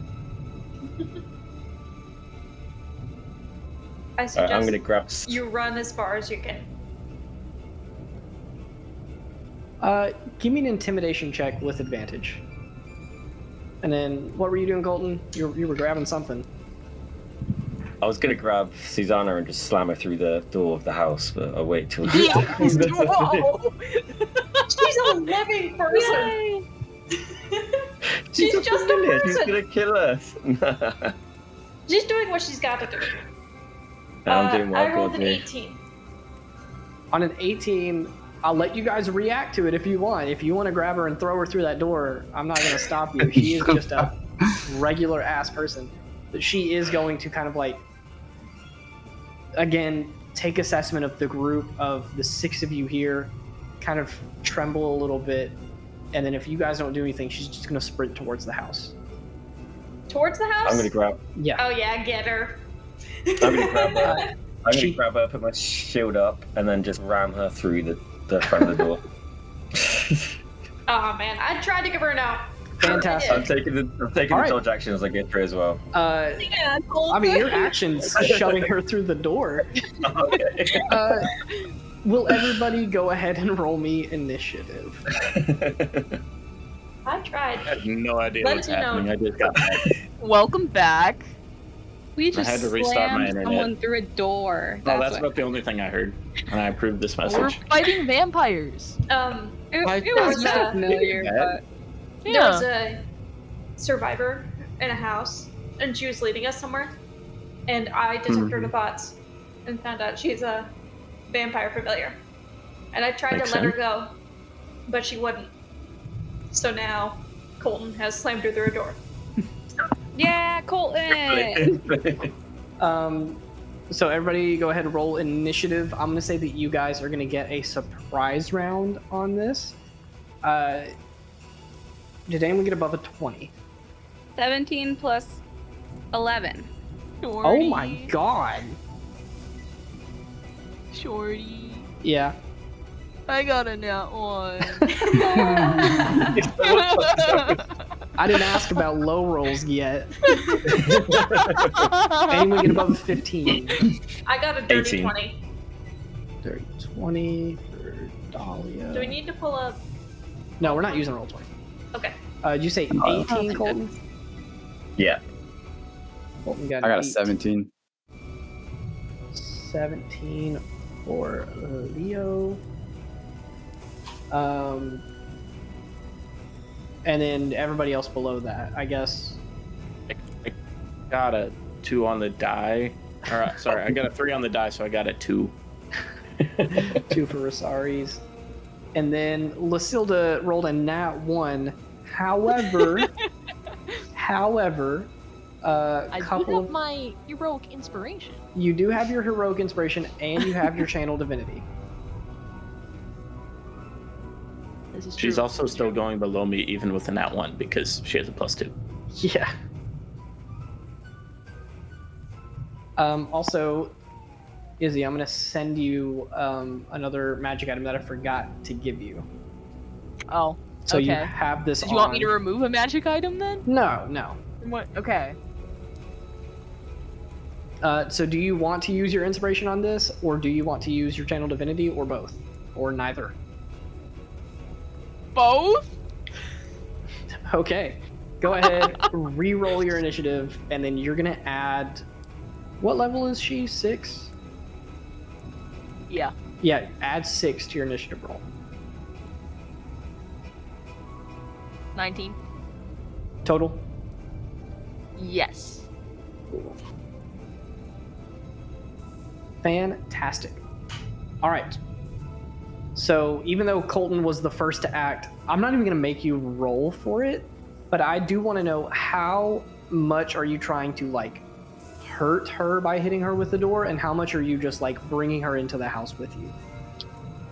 Basically using her as a human shield and as a battering ram. Sick. What's your strength score? Or with the item Shorty gave me. 17. What the fuck is that? But I'm like 3 foot tall, so I'm like, I don't know how I'm doing this, but That's a good question. That's really funny. You're a halfling. You grab her, stick your shield into her back, shove her into the door. The doors open outward, so you're gonna have to like break them. I'm gonna say, give me 2d6. 10. Perfect. That was the exact number you needed to hit. You ram her into the door. The door cracks and breaks, and so does a little bit of her. And then as you burst through, you like push through with all of your strength, and she like flops over to the side, and she is unconscious. Like there are splinters and cuts on her face, and she is knocked off to the side. And immediately, because it is a surprise round, you guys look around, and there are 3 people just in like dark clothing, kind of like her, but not the same outfit. They're not quite as like upkept and formal. And then at the top of a like big grand staircase with a chandelier in front, you see that someone was walking past with their hand gliding along the rail, long nails scratching the wood. You guys are able to identify 3 vampire spawns in the lower part of the room with you, and 1 vampire upstairs that is currently looking at you. But they are surprised. First to act is Ava with a 28 initiative. I don't know how that even happens, but Yeah, me neither. I hate going first too, so this sucks. Okay, you said we could see three vampire. you can see 4 characters, or like 4 enemies. 3 Okay. vampire spawn down near you, and 1 vampire up the stairs. They're far away from. We're not in yet, are we? Are we No, you're like at the door. out? Okay. How far away are they? Vampire spawn are probably. There's one that's 15, one that's 20, then there's one that's probably like 30. They're kind of like spread out Okay. across this room. I just kind of want to get rid of this. Can I just throw the grenade? Sure. 2 of them are close I enough don't to know hit 2. how big of an area is it? I'm good, I've got a shield.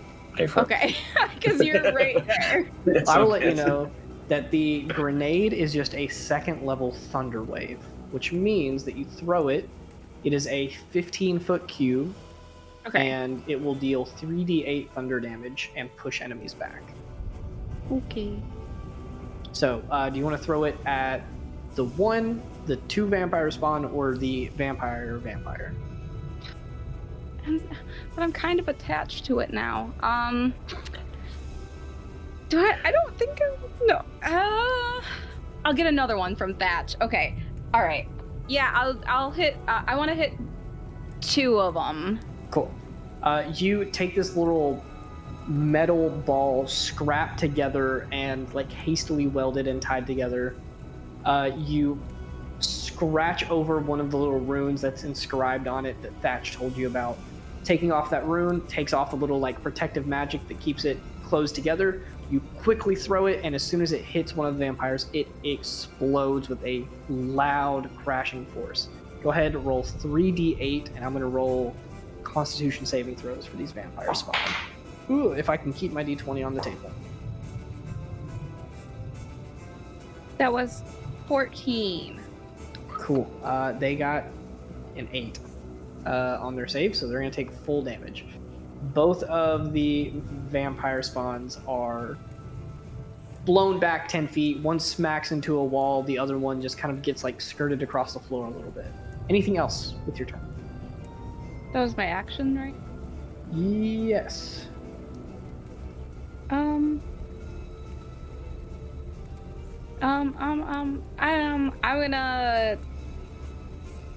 just gonna. Who's next to me? I guess. Who's? I don't know. Where are we all positioned? You're all kind of Whoever huddled is together. on my right. No, whoever's on my left, I'm going to slap. Cool. I'm gonna say that's Lucilda because you guys were together earlier.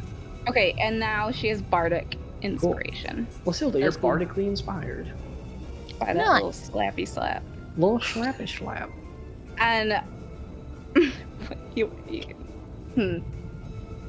this is because we both dislike Julio, and she's just. I don't know. It's kind of weird because she's slapping you, so it feels. Well, yeah, no, you're inspired. Thanks. Yeah, no problem. Okay, with that being said, what'd you roll on those d8s? Was it 14? Is that what I said? Yeah, I think so. 3d8. I think I did. Something like that. Yeet 14. Yeah, sounds right. Izzy, was that initiative that you gave me including the magic item bonus? You told me to add +6, so that's what I did. Yeah, it's +6. You get a lot of bonuses to initiative. It's +6 plus your wisdom modifier. Did not do that. What is your wisdom modifier? That is a 0. Okay, so you're at a 19. That will bring it to Dahlia then. Question. Daylight. Yes. That's not a question. That's a spell. Is it? Okay. It does technically say it's sunlight. Yeah. I understand if it doesn't cast as sunlight or count as sunlight for me. Will it for the vampires? I believe so. I think that's like the whole point of the spell. Me too. Yeah. For the duration, sunlight spreads from a point within range in a 60-foot radius sphere. Does it count for me? It doesn't count for you, but it counts for the vampires. Yeah. Okay. In that case, I'd like to cast it at the chandelier, but if I can't aim, then just the middle of the room. Daylight. I I'm gonna, will let you cast it at the chandelier. Because Great, that's I'm gonna really cast it at the chandelier. I'm gonna rub my hands together and and then have a little ball of sunlight and just throw it out. And now there's Cool. like a bunch of sunlight in the middle of the room. You release this, a little bolt of this glowing yellowish gold light beams out across the room, hits the chandelier, and immediately fills the room with this bright sunlight. All of them, except for the familiar that you guys brought in, immediately start recoiling and hissing. Their skin starts to bubble as they are hit with pure, unfiltered sunlight. Is that it for your turn? For now, yeah. Cool. Okay, I see Izzy messaging me. So, the channel divinity that is unique to Lucilda's Yep. subclass, because, hey, homebrew shit all the time. Lucilda is a Corteus-specific paladin subclass. Your I love channel Corteus. divinity, yeah, you do. Your channel divinity, when you roll initiative, you add your paladin level to your initiative roll, and then the next attack any attacks you make within your first turn after rolling initiative, crit on a 19 or a 20. Oh, damn. Yes, Dahlia. I'm so sorry. Can I use some movement and just position myself kind of guarding the familiar. Since she's unconscious. Yeah. That's what I'd like to do. Cool. All right, back to Lucille. Okay.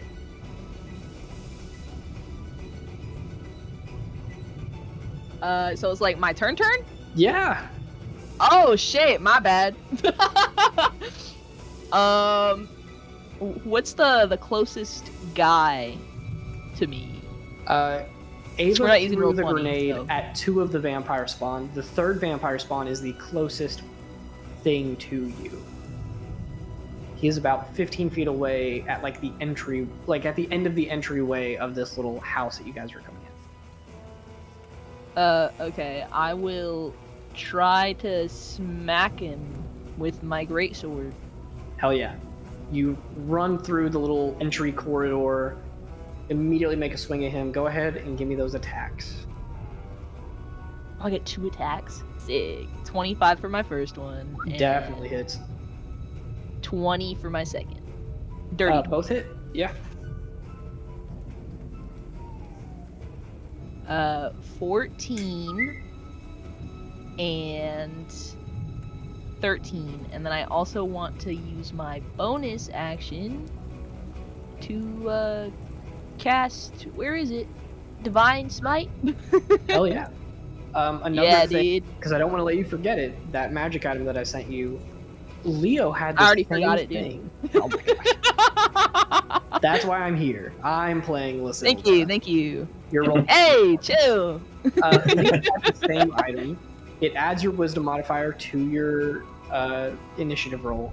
And it also, on the first time you roll initiative after a long rest, the first weapon attack you make gains Thunderous Smite. Or like until you hit on your first turn. So I'll just do that shit instead then. You can do that, and you can do Divine Smite if you want. Oh, I can do both?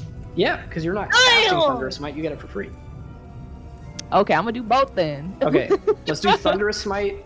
We'll do Divine Smite first. It's just Okay. 2 or 3d8 radiant damage because it's an undead. Yep. Where's my D8 at? There we go. That is 16. Sick. Yup. And then yup. Thunderous Smite is 2d6. 11. This vampire spawn goes from fully, like, healed up and healthy to under half health in the blink of an eye as Lysilda dashes forward, makes 2 quick strikes. On that second one, a loud crack of thunder, jolts of lightning popping out, and this vampire is flung back 15 feet and smacks against one of the walls, kind of like flying past the entryway to this corridor that you guys are, or the corridor of the entryway, whatever you want to say. Anything else? That's your bonus action, and most of your Yep. movement. You can move out of the way. You can start charging people if you want. I'll, I guess, kind of get in the way of some of the other vampires, if possible. Yeah, I'll say you just move towards those other 2 that got knocked back. Yeah. Okay. Colton, That's I'll my bring it to you. Cool. So I'm gonna throw my shield up, and then it's gonna hover in front of me, and then I'll take my greatsword out, and they'll be like, "Huzzah!" and then charge towards them. And I'll. I should have let you play John Luke. I'm Different so. character.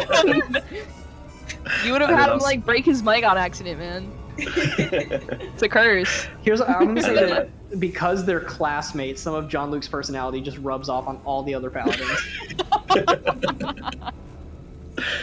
And then I'm going to spin around with my sword, and my shield sort of follows me. And then I'll cast Divine Channel Divinity, so my sword starts glowing, and I'll smack her with the greatsword. Sick. Are you going after the same one that Lysilda just hit? No, I'm going after the vampire. Oh, he is a little too far away. He is like a good 60 feet away from you. Oh, okay. But you could yeah, I'll go for reach the vampire spawn in the room. Yeah, I'll go for the one that, whatever her name is. Lysilda hit. Yeah. Sweet. Let me double check something for Thunderous Smite because it might be prone. Yeah. Whenever Lysilda hit it, he flung back, hit the wall, and fell, so you have advantage on your attacks against him. Sweet. Yeah, like 26. Hell yeah, that hits. Cute. So it is 2d6 damage. So 10 plus 3, so 13. And then he's got to take a con 15 save. Ooh, what is this? If he fails, he's wounded and can't regain hit points. I got a nat 20, so he is going to succeed on He's fine. I'll pump one of my 3 Divine Smites into it for 5. So 15, 18. Well, don't forget, 18 it's total. 3d8 because it's undead. Ooh, nice. So 5 plus, throw another d8 on there. Another 6, so 11. So Nice. 26. The 2d6 damage is necrotic. I don't know if is immune to that. It is resistant to necrotic damage. So take 5 off, so 21. Okay. And then I'll hit again. Let's go. Yeah, again, like 22. Yeah, definitely hits. The necrotic damage is 6 down to 3. And then plus 3, so 6. Cool. And then because I kind of amended the rules for Resaries, I'll give you guys the same sort of blessing. If you cast Smite with your bonus action, or even if you use one of your free castings, I think it still takes a bonus action, just not a spell slot. You can Wait, apply I can't smite. Sorry, I take that back because I used the bonus action to activate my shield. Yes, you did. Okay, so what'd you roll? 11 Yes. for that damage? Okay. Take that off my bad. That's so correct. Okay, and I'm not gonna. So you can't cast Smite, but just to let you guys know, if you cast Smite, you can apply it to any of your attacks that turn. Cool. But I think that's all And you then can just do because for now. just because it's funny, my shield also hits him, and he's got to take a DC 14 save. Okay. I'm rolling high for him. That's like a. What save is it? I rolled a Strength 17 save. on the die. Yeah, that's a 20. Yeah, I was just gonna push him 5 foot away from me. He's already on the ground. Yeah, just He's give it a bullying knock. this guy. I should have let you play John Luke. You would have done the character justice. Cool. It's the vampires' turns, but they're all surprised. So they all like immediately start moving a little bit and beginning to react as you guys are doing all of this. Do they take damage from being in sunlight? Yes, they do. Thank you for keeping me on top of that. Vampire spawn take 20 radiant damage while in sunlight. So that is going to be enough to kill the first one, actually. And then the others are going to take 20 damage each. So still they are recoiling and hurting, and they're trying to like cover and hide behind things. Even the main vampire up there like shields himself from the sunlight. He's got this like long robes on that look very ostentatious and expensive, and he just like covers up his entire body with a long draped like dark purple and gold robe. But he is going to take a little bit of damage from that as well. Moving past them, that brings it to Leo. David had to go ahead and leave, but that is fine because he told me his main goal was just show up, cast Spirit Guardians, and smack shit. So I'm going to do that for him. Spirit Guardians was slightly changed. I'm glad that I know it now. I believe it only affects creatures if they start their turn in the radius. Protect spirits flit around you in a 15-foot emanation.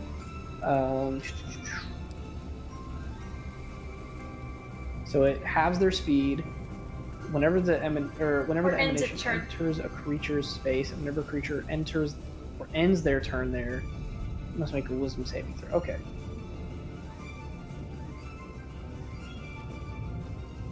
No, I think whenever the emanation enters a creature's space. Okay, so he can just blender. That's totally fine. He is going to cast Spirit Guardians, and as he does so, to kind of go off of what David said last time, you guys watch as Leo charges forward using the sword that Resaries made for him, and he hoists it up in the air, and it crackles with lightning, and that lightning shoots out around him, manifesting as a couple of like warriors, kind of like the same size as him.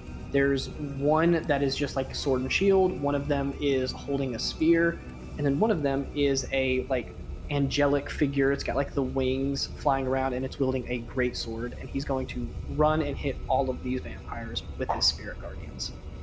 They all fail. Jambo, will you roll me 3d8, please? Where there it is. Ooh. Or are we not doing the when they enter or in their turn? I'm guessing. It says whenever the emanation enters a creature's space, which I am taking that to mean like as he moves past them, it hits all of them. Okay. But they can only be affected once per turn. I got an 8, a 6, and a 4, so that's 18. 18 is pretty good. So I'm going to do 18 damage to both of these spawns. They're looking pretty hurt. They're under half.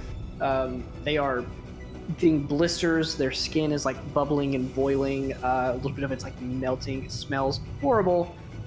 That brings it to Resaries.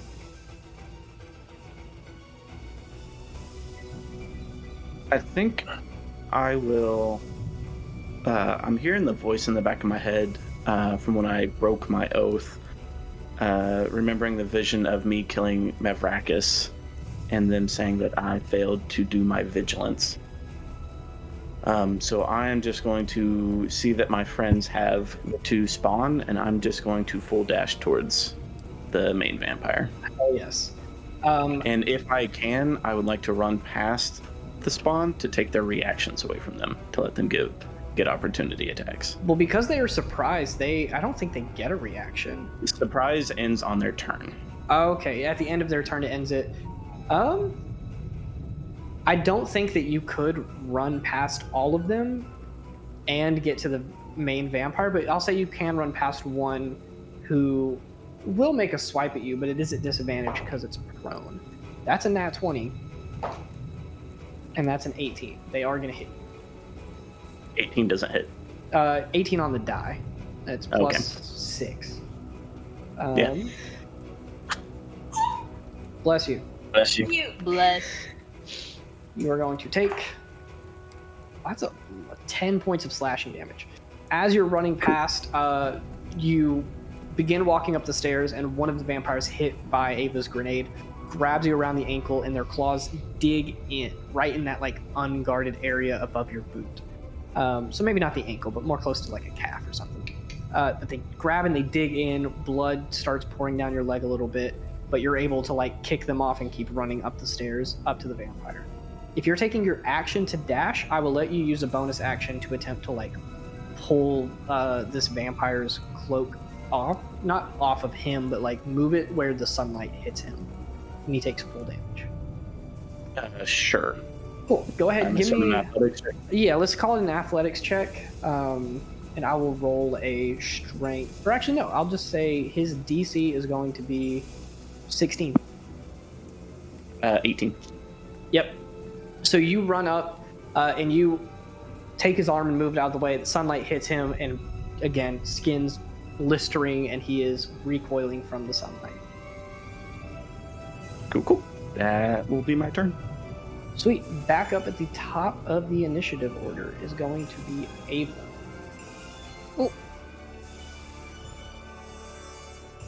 There's still some alive, right? Yes, there's one spawn that's dead. There's still 2 other spawns and the main vampire. Okay. Don't get bit again. What? Don't get bit again. You don't know about that. Trying not to. Oh yes. Sorry, Megan. Sorry, Megan. You can see the spots. I knew it. My poor neck. Okay, yeah, I'll just go and I'm gonna whip one. Gonna do the whip. For sure. You're gonna do the whip. I'm gonna do the whip. 15 plus 9. You get advantage if you're attacking one of the spawn. Why? Oh. They're Okay. prone. Oh. Okay, well, I go with my other roll, so did that hit?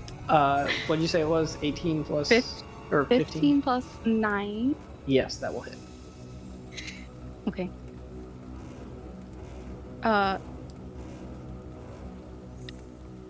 Somebody next to this one?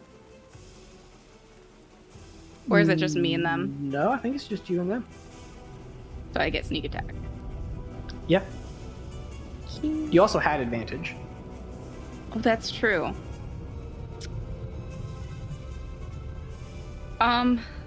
What did I roll? 10 and 13.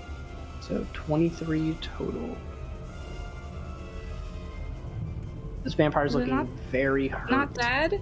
I added booming blade on it then. Go ahead. That's an extra, what, D8 of thunder damage? Yeah. 3? 78 total damage. That is not quite meeting its HP. It is still up, but it is very, very hurt. Oh my god, just die. It's next turn.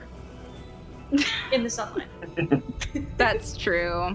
I didn't have to add that booming blade. Yeah, I think that's all of my stuff. Cool. That will bring it to Dahlia. Great. I am going to go ahead and can I bless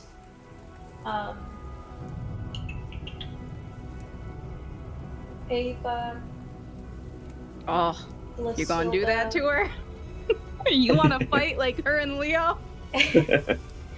And can I also get Resaries? If you want to, what is it, like a 30-foot range? Yeah. If you want to move to the center of the room, yeah.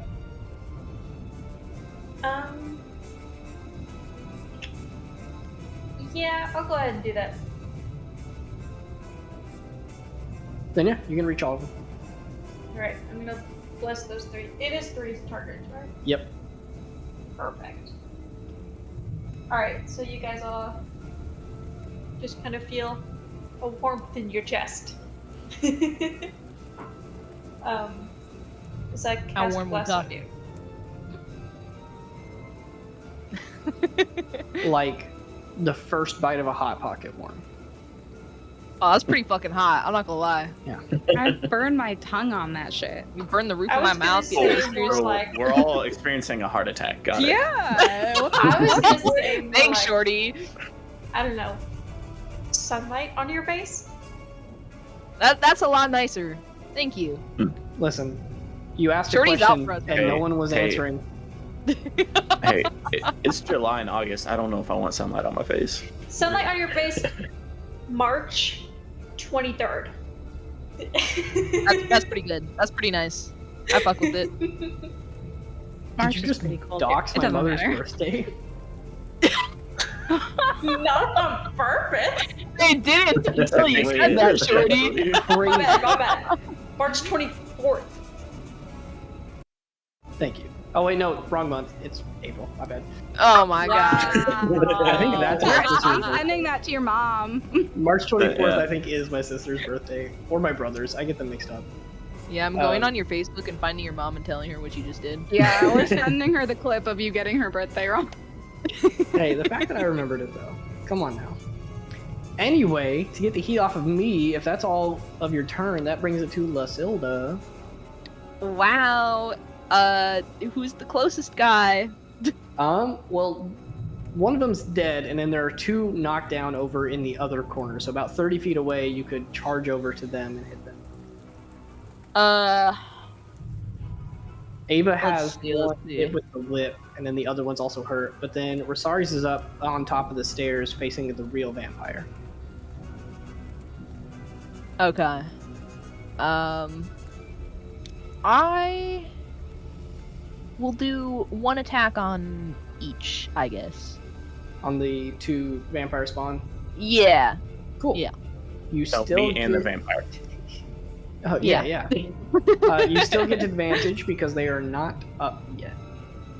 Word.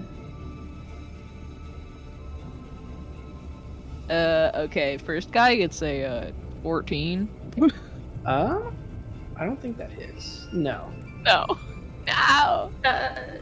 What Bless, advantage? right? Oh, you have Bardic. I also have Bardic. But that second guy gets a 23. That one Uh, definitely is. Yeah. What's the die for Bardic? D6? Yes. I don't know. I never played a bard. For a low level bard, Oh. yeah. Yes. Did a +4 to whatever I rolled earlier. 15.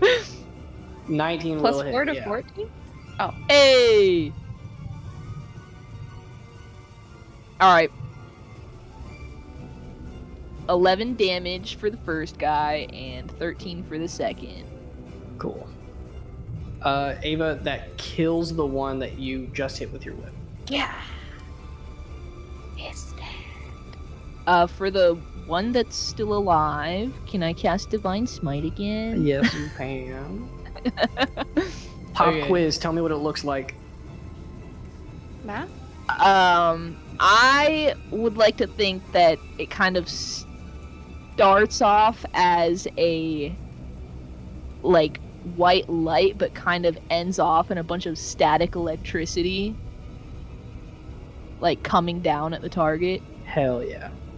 Okay, Yeah. yeah, now you can roll it. 3d8. Okay.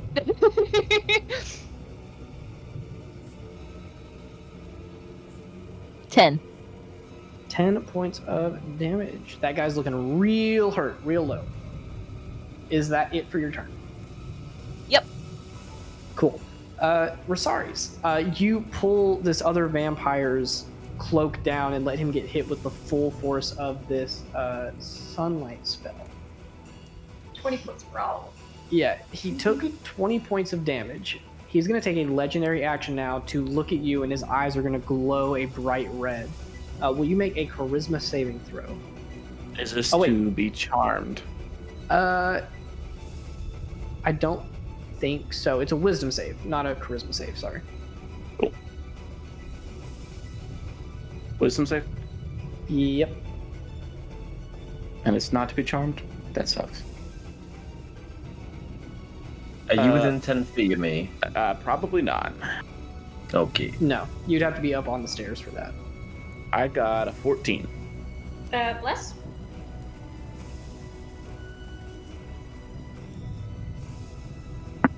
I got a 15. Adra. I gave you the Bardic. Cool. It's going to cast Command. And it is going to command you to grovel, which means you are just going to kind of like drop down to your knees and almost like a very deep bow, like put your forehead at his feet. You cannot even help yourself. Your body just naturally falls and places itself there as he is standing above you. That does bring it to Colton next, though. You watch as Lysilda goes in, slices the head off of one vampire spawn, now kind of decaying and falling to ash. There's still one left that's really weak, and then there's Resaries groveling at the vampire feet. Did they all take their 20? It's not the vampire's turn. But it just was. No, that was a legendary It's a action. legendary action. Oh, okay. Yeah. I thought you were blind, Oh. not deaf. Wow. How Welcome to the far party. away am I? How far am I away from the vampire? Probably, I'd say like 30 feet. I kind of split it up between like 30 feet getting to the spawn, 30 feet getting to the vampire. Okay. So I'm gonna look at the vampire, be like, "Face me, foul beast," and then I'll cast Infernal. What's it called? Infernal Challenge. So it's got to make a DC 14 charisma saving throw. Mm-hmm. You cast that, this like basically an advanced version of Compelled Duel. And then the vampire looks at you, kind of sneers, and just dismisses you as it is preparing to strike Resaries. Because am I within 10 feet of Resaries now? If you move forward, you can be. I mean, you could get So up he to is the no- vampire if you want. So he is no longer charmed because of my aura. He wasn't It's charmed. not a charm. It's not a charm. No. It's compulsion, not charm. Okay, cool, nice. So I'm gonna throw my shield at it. So it's got to make a T save of 15. Push him off the balcony. That is a 12. A So he's strength not save? prone. Yeah. Yeah. So the shield hits him in the face, knocks him prone. He looks you up and down, sneering, prepares to hit Resaries, and then gets smacked upside the face with a shield. It's just fully knocked over. And then I'll hit it twice with advantage. Yeah, go ahead. So 11 plus. What was the spell? What was the book? It's from the Illrigger book. It's Infernal Challenge. Challenge. Is it not an action? So if I... No, bonus action. Hmm. If I What about their shield succeeded. then? He has the shield a bonus action? No, that's just a thing I can cast on my I thing. was curious about the Says- spell because you said it was a better version of command. Yeah, it's The like shield compelled bastard. duel, but stronger. Yeah, the it's shield a bash. shield. If you attack a creature with a 5 foot as part of your attack action, with a melee action, you can hit him with the shield. Okay. Cool. So that's 18 to hit with my weapon. Is that including advantage? Yes. Okay, that does hit. Nice. So 2d6 damage. So 4 down to 2. Plus 3, so 7. And that's it. And then I'll hit him again. Natural 20. Fuck yeah. Ooh. Yeah, I do something special with that as well. Where is it? Yeah. Okay, so now he has disadvantage on all his attack rolls for next turn. Nice. I will pump a Divine Smite into this one. You already So used your I'm bonus doing- action. Yep, not bad. So I'm doing 12 plus 2d6, 7, so 19. 22 damage. Nice. And then he's got to make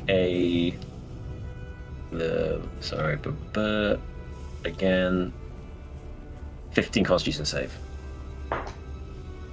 That's a nat 1. He cannot heal himself for an hour.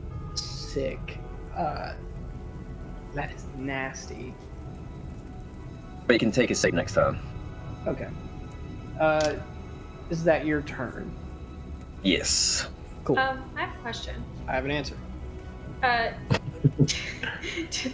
Does he have double disadvantage because of the sunlight? No. That would be funny though.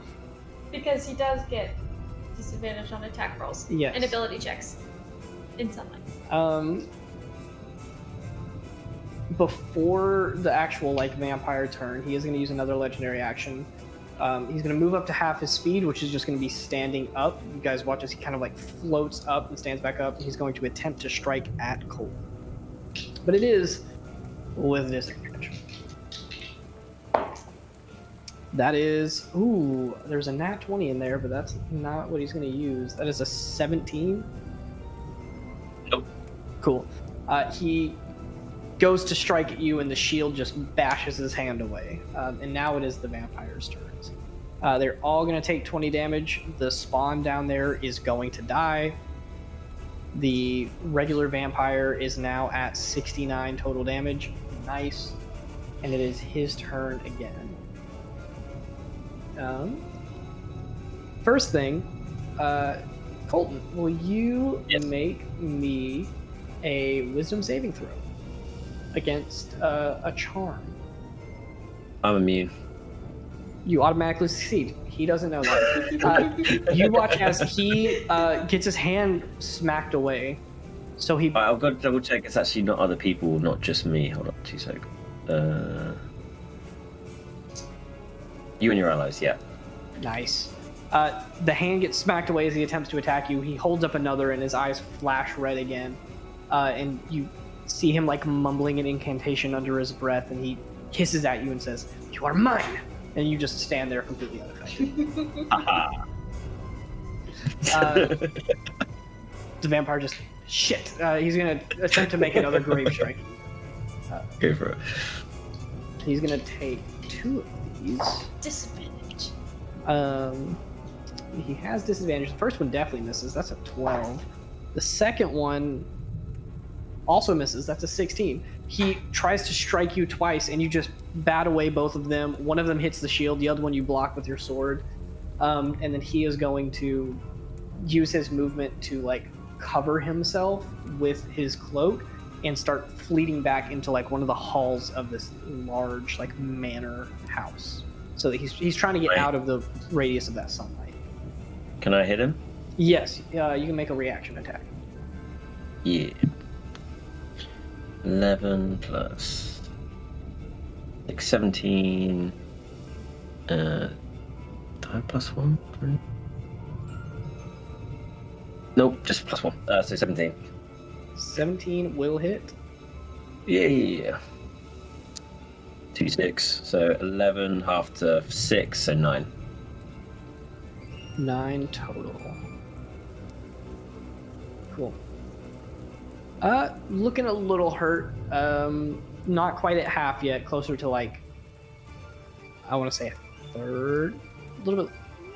Yeah, you've done about a third of his health. Maybe a little bit more than that. Wait a minute, sorry. My sacred weapon turns my weapon damage into radiant damage. Does that override the necrotic damage? Yes, it does. Yeah. Okay, so it's. I'm gonna say you've hit this guy. That one attack, and then you hit him. Was it once or twice on your last turn? It's probably about 5 or 6 damage I took off. Yeah. Okay, I'm gonna go ahead and add back 10 just to kind of round it out, and then in the future, yeah, it'll do full damage. Yeah. Sick. Okay, yeah. So he's getting a little bit closer to half with that.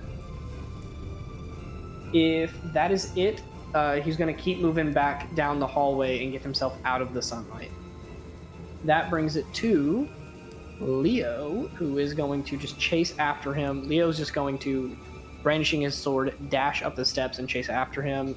He's going to have to make a... That D20 is all the way across the room now.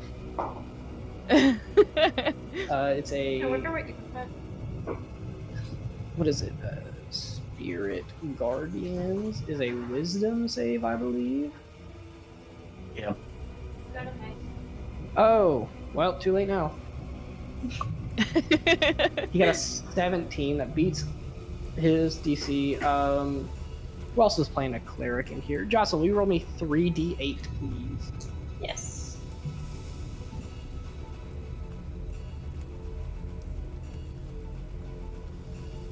Oh my goodness. 21. Damn. Yeah, I know. A 7, 8, and a 6. Damn. Yeah, vampire is very hurt. Lightning slashing out, these like almost humanoid forms of just like pure static electricity arcing and moving around. The one with wings flies forwards ahead of Leo and just makes a swipe with the gray sword, and it slashes across the vampire's back. That's going to be Leo's turn. He had to dash, so that means next up is Resaries. You are currently groveling. Let me see how long that lasts. You follow it on your next turn, so I'm going to say Yeah, your full turn is going to be consumed, ending this condition. But I will say that as part of that, you can end it and then stand back up and prepare to go next round. There's only one enemy left. This will be kind of quick. Ava, you're up next. I Misty Step to the vampire. Yes, if you want to, like, move 30 feet, you can Misty Step on the other side of him to cut him off. Okay, yeah. And Sick. then I'm gonna hit him. That's a 19 plus 9. Yeah, that'll do it. Oh, I'm adding Booming Blade just because I wanna. Okay. So 7 with the whip. 15 sneak. So 22, And 8 for Booming Blade. 30 total damage. What does it look Jesus. like as you hit the vampire and deal a good chunk of damage and prevent it from moving? I think she Misty Steps to cut him off, and then she picks her whip up and kind of runs her hand down it so it starts to vibrate and kind of glow grayish, and then she whips it at him. Oh wait, do I get to grapple him too? You can. Or It's I one of can't remember the. It's a cunning strike, which means you take away one of your sneak attacks. Yeah, okay, I'm not gonna do that. So yeah, she's just gonna slash at him. Let's say just across the Sick. chest. Yeah, you hit him with a nasty upwards slash across the chest. That gray magic immediately transfers, and you watch as he's struggling to move a little bit. That's a good chunk of damage. I think that's all you can do, so that brings it to Dahlia. Great. I'm gonna go as far as I can to follow, and then I'll go ahead and I'll cast a guiding bolt. Go right ahead. You will I'll get do a +2 because Ava's on the other side. I'll do it second level. Wait, how close are you to the vampire? As close as you'll let me. I'll let you get within the 15 feet. Sweet. Yeah. Guiding bolt is 120. I know. I'm talking about the 15 feet of your perception, Oh yeah. because it's a Sure. ranged attack, and you're Awesome, blind. thanks. Ooh. Yeah, 18 plus 7 plus whatever I get from her being there. Yeah, that's way too much. That hits. Then gotta break out these bad boys. What is it, 5d6 the second level? Mm-hmm.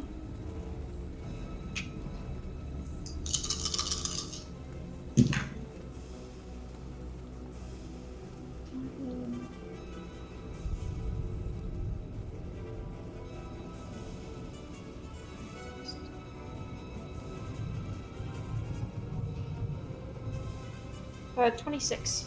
26 damage. Pretty nice. This vampire's looking quite hurt. Yeah. 26. Really damage. And the next person who attacks has advantage. If that is all for Dahlia, that brings it to Lysilda, who is still downstairs. I'm what's it like getting up to the main guy? Is there a banister? Is there stairs? There's a big, those staircases that kind of overhead? splay out at the bottom and then get a little bit narrower and straight up towards the middle. Yep. Yeah, so it's kind of shaped like that, almost like a mermaid tail, and it goes up about 10, maybe a little bit more, and then he is about 20 feet down the hallway.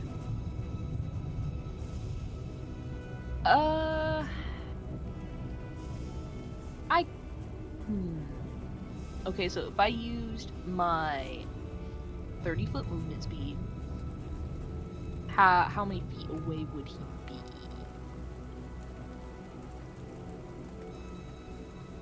Pretty close. either within 5 feet or 10 feet. I'm going to say 10 feet because there are other people in the way. They'd have to navigate through. Did I use my bonus action to like get my shield underneath there and then like launch her towards the vampire? I would Or my instead action, never allow mind. you to use your reaction to back up and move further away from the vampire. Because the issue is not like her like not having enough movement to get there. The issue is you're there, Resaries is there, and Leo is there. Like you guys are congesting the hallway. I've used my reaction already though. Oh, did you really? Oh yeah, you Yeah, did. to hit.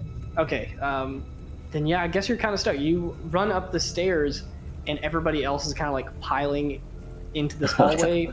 Ava got to the other side. Dahlia's also up there. Like there are 4 people crowding this area, and you're not gonna be able to get through with your movement speed. Okay, then I guess I will. Where's this one spell at? Where is that? This one.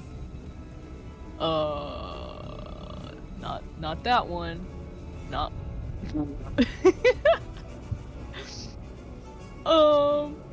Okay, I guess. No, oh wait, no, that would hurt everyone else, wouldn't it? Playing a new character is fun. I can take it. I can take it. Can you take it? Yeah, I've still got 84 hit points. I'm good. You guys have barely Speak gotten for hit. yourself. I will cast Shatter on the point. Oh my god. Hell yeah. Let me check something really quick. The whole building just comes down.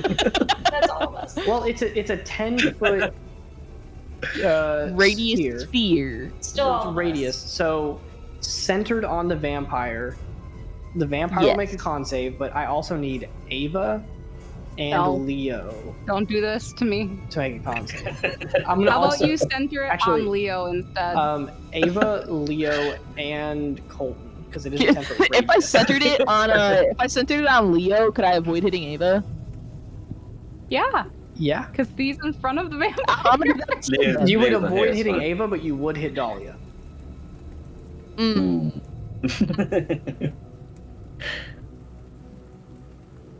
We Take hate the hitting. Leo together. Ooh.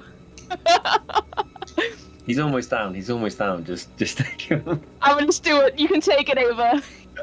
You're a strong woman. You're I okay. You can just dodge out of the way. Regret giving you the bardic.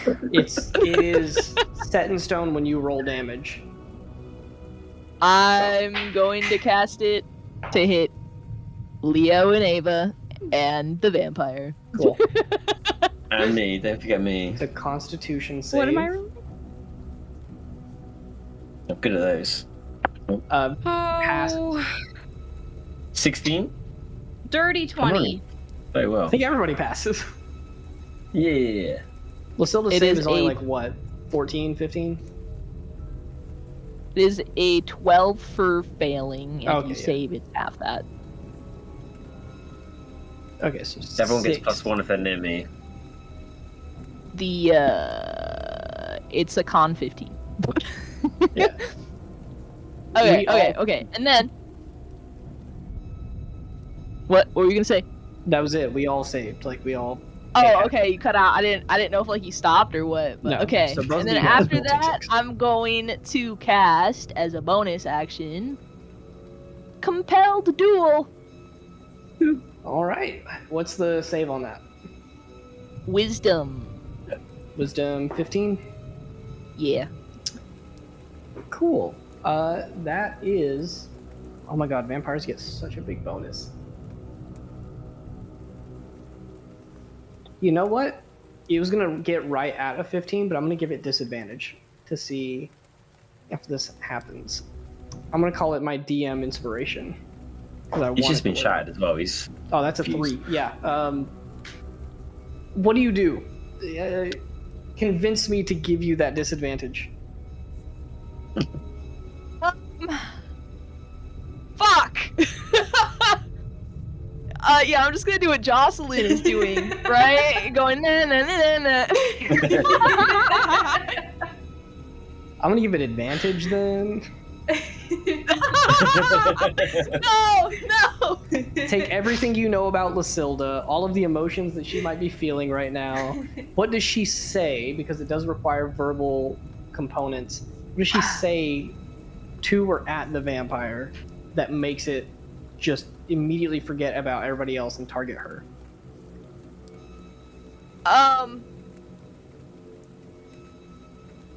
By Corteus, I will smite you to smithereens. Vampire turns, just goes, please shut up, and he's gonna attack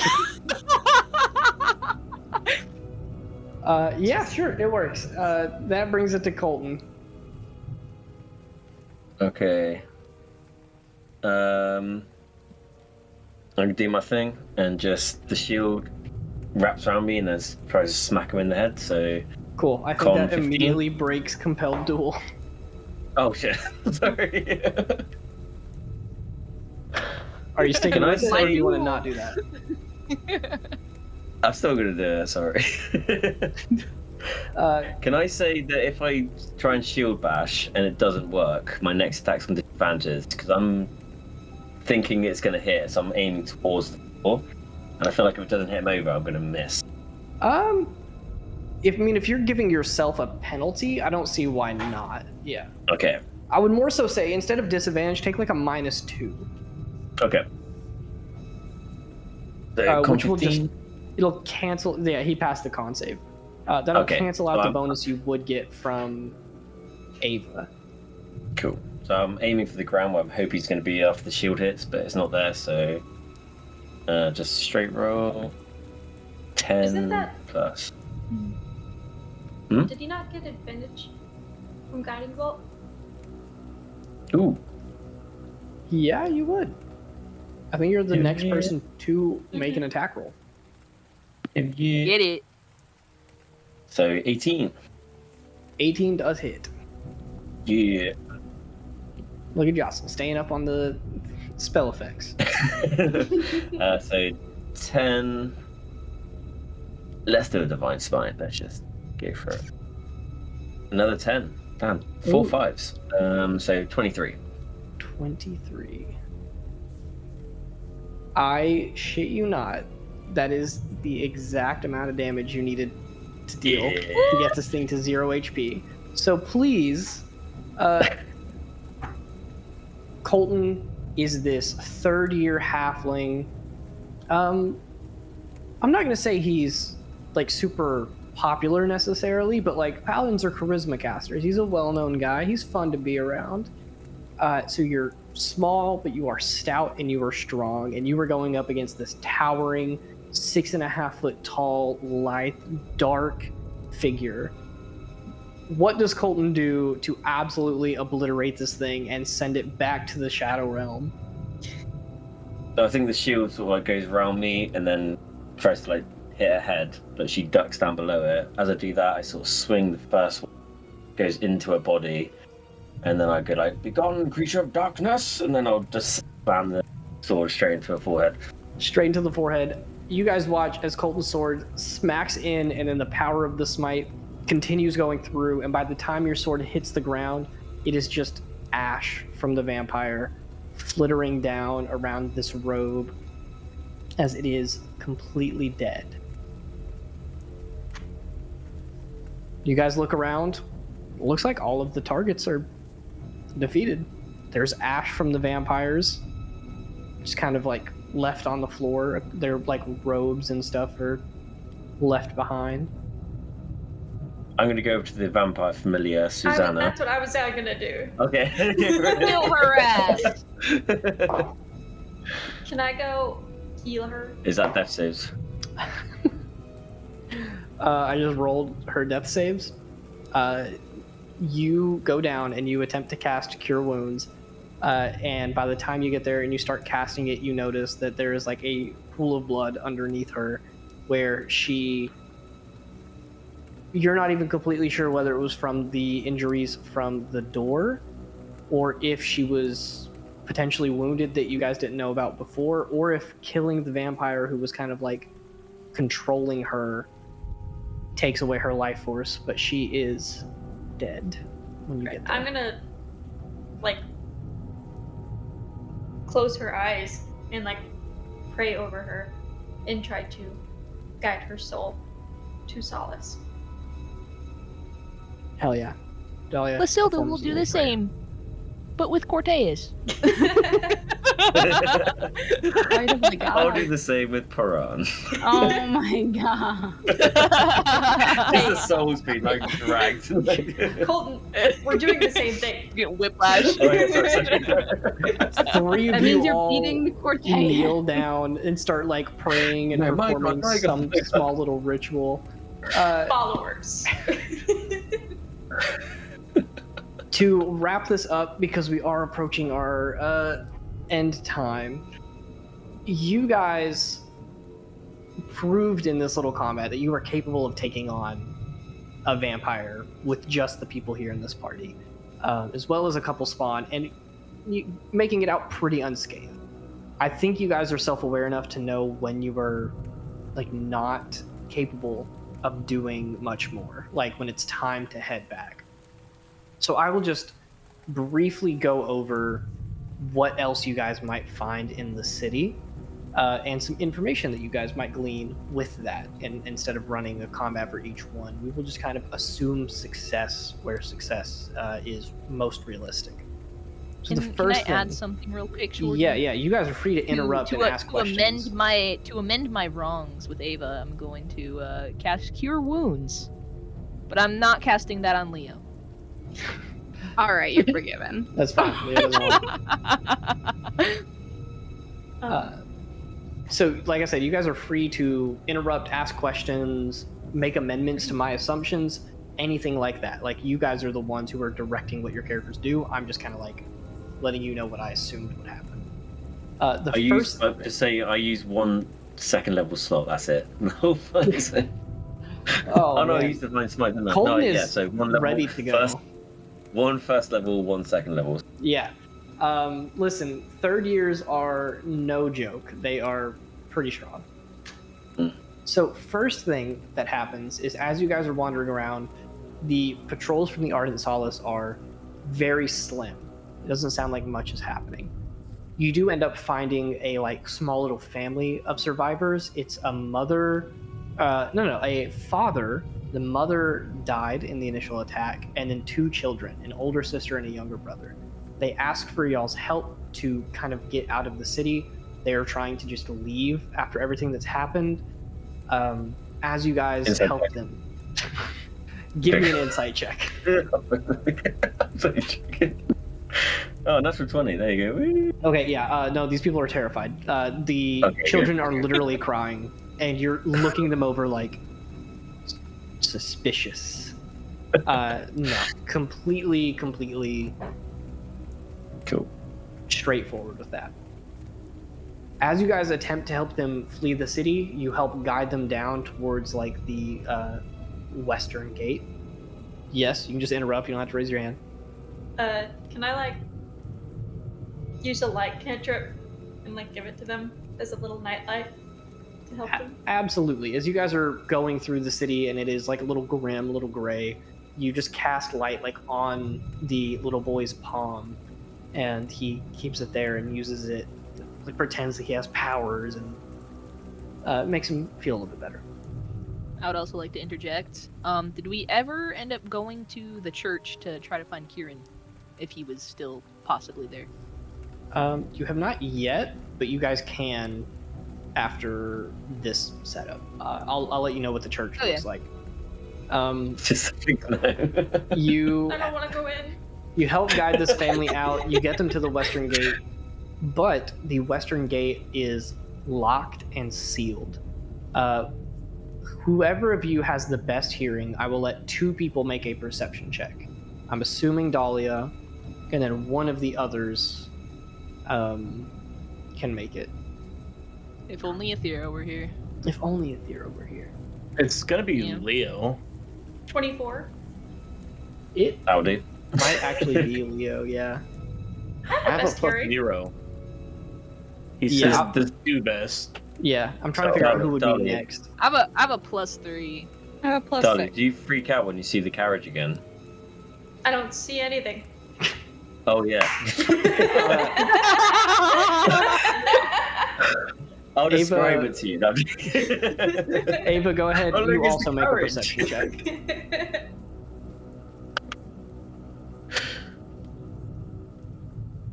19 plus 6. Oh yeah. Damn! Both of Nice. you guys hear this. As you guys get up to the gate, the family kind of pulls off to the side, and you guys are hiding in an alley, and you're able to like see the guards there. They're really confused. The gates are locked. They're not really sure what to do. They've heard rumors about like tunnels leading in and out of the city, but they're not really sure where they're at. You guys kind of go over to the side and try to listen into the guards to see if you can't gather some information. And I will give you 2 pieces of knowledge. All of the gates are locked, and the city is on lockdown. No one's allowed to leave. No one's allowed to enter. And 2, I will not give you names, but Ava, you would have heard of these people before. The guards do mention that within the next 24 hours, the Church of Paran has called for backup, and they are planning to cleanse the city, is what they've said. They are calling in. Grace was one of 4 inquisitors for the Ardent Solace, which are like the top level generals. They're calling in the other 3, and they are. All of them? Yeah. We gotta go. I never even wanted to come. I give the father my returning stone.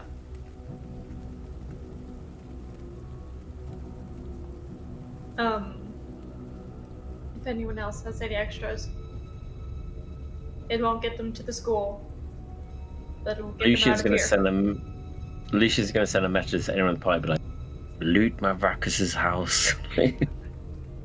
There's gotta be something there. If you guys want to throw that in there with what you do, I'm fine with it. I did plan for what was in her house. But you give your returning stone to the father. You guys have the teleportation circle to go back to campus, so if any of you guys want to also give up your returning stone, you can. Also, I think Lucilda Ava will said give up hers. she has 1 million. Ava I does think not Colin have would. What? No. If Cohen could, he would give up a returning stone to someone, or guide them back to the teleportation circle. Yeah, I will say that you feel confident about giving up your returning stone. Now that you guys have like been here and fought, you don't think you're going to need to make a quick escape. Like, you would probably be able to tell if you're walking into a place with like too many enemies. Between detect evil and good and Dahlia's life sense, which that actually doesn't work on vampires, never mind. You would be able to tell. So you can give up your returning stone. Does anyone else want to volunteer to do that? Sure. I'll give mine. I'm going to roll a d20 to see who does it first. Low is Resaries, high is Lucilda. I mean, there's 2 kids Resaries. and the father. Yeah, but It's already Colton just gave his 2 up. being given. Oh, okay. I gave mine up before Colton said he was going to, but no one listened. I'll say that between the 4 of you, you all walk forward and give them a returning stone. And I will say that the one who keeps one will be, we'll say Colton does. He goes to offer it, but Lucilda just smacks it into the father's hand, and so you guys give them the returning stones. You tell them like, hey, this will take you back. You won't be on campus, but there are villages and cities nearby. You'll be safer there. You show them how to use it, and they. Yeah, like, take the father's hand. Like, follow the sun, and shadows will fall behind you. And give him the stone. Nice. He crushes it. Him and the kids are gone. With that being said, it's open for you guys to do anything else. But again, there aren't too many people in the city, at least none walking around, between it being locked down and the vampires being around. Most people who are still here are like holed up in their houses, not moving. Has it been 4 hours since we started this? No, I'd say it's Well, probably by been a little the bit more than 1 hour right now. Close to an Okay. hour and a half after helping the family. Just got me up here with the Church. people. I'm just doing Church. more of that I'm getting church. until the Inquisitors Inquisitors get here?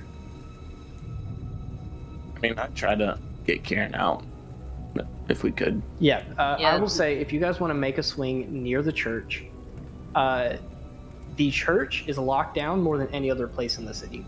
It is swarming with guards constantly around it. The plaza in front of it is completely like gated off. The church is damaged. Like there are holes in the roof. There were things thrown at it. Some explosives went off, but it is like completely guarded by Ardent Solace. That seems to be, I will let you guys know, you can piece it together. Most of the Ardent Solace in this city are either stationed at one of the gates or inside the church. It is filled to the brim. They are waiting there for the other Inquisitors. I grab one of them, charge them. I bust open the door.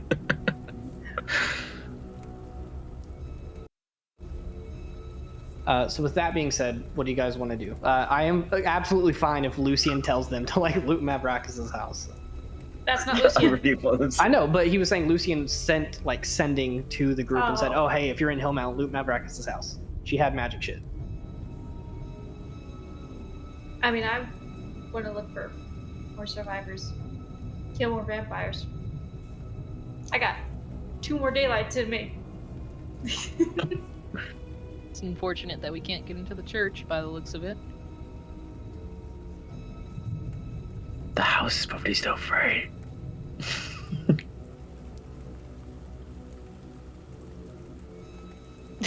Who is Leo not Leo, fucking Lucian messaging, dude? That's a good question.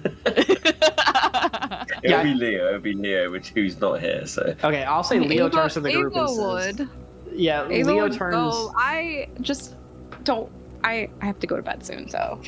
No, sorry. Yeah. True. We'll wrap this Just up get, soon. like- We're not gonna like roleplay out you guys going back and fighting the vampires, but I do want to know: do you go loot Mavrakas' house? She That's- would, yeah. I mean, that's not my objective. No, but no matter what, you guys will still go around fighting vampires and rescuing people. Then sure. Lysilda will only go if like another party member wants to help protect them, but other than On the that, way that's there, not we can what help we're out doing. as much Yeah, I as mean, we I can. have no interest. Yeah, I mean, Ava really wants to. So does anyone oppose? I mean, she can go, you know. She doesn't need nobody. Because that worked out well with Mavrakas. Another Well, she's vampire dead now. appears. She's dead now, but She was dead the first time. true. Now she's dead. She's very, very dead. Okay. I won't oppose, but if she goes, I'll help escort her over Yeah, there. I think Ava wants to. Lucian told Leo to, so Leo's gonna like also kind of advocate for that. Like, while we're here, might as well do this. There's not really any danger with it. But with that, the rest of the party sounds like no one's opposing it, so I'll say that you guys definitely do. I will take a screenshot of this, but I do want to read it out to you guys. There are quite a bit of money in her house that you guys can loot. A little over 2,000 gold, 7,000 silver, and then about 560 copper pieces between all of her safes and coin purses and places that she has stored up. 4 amethysts, 2 diamonds, 4 onyx gems, and 7 garnets. You already looted the dragon blood that she had, but she also has a magical short sword that's up on a weapon frame.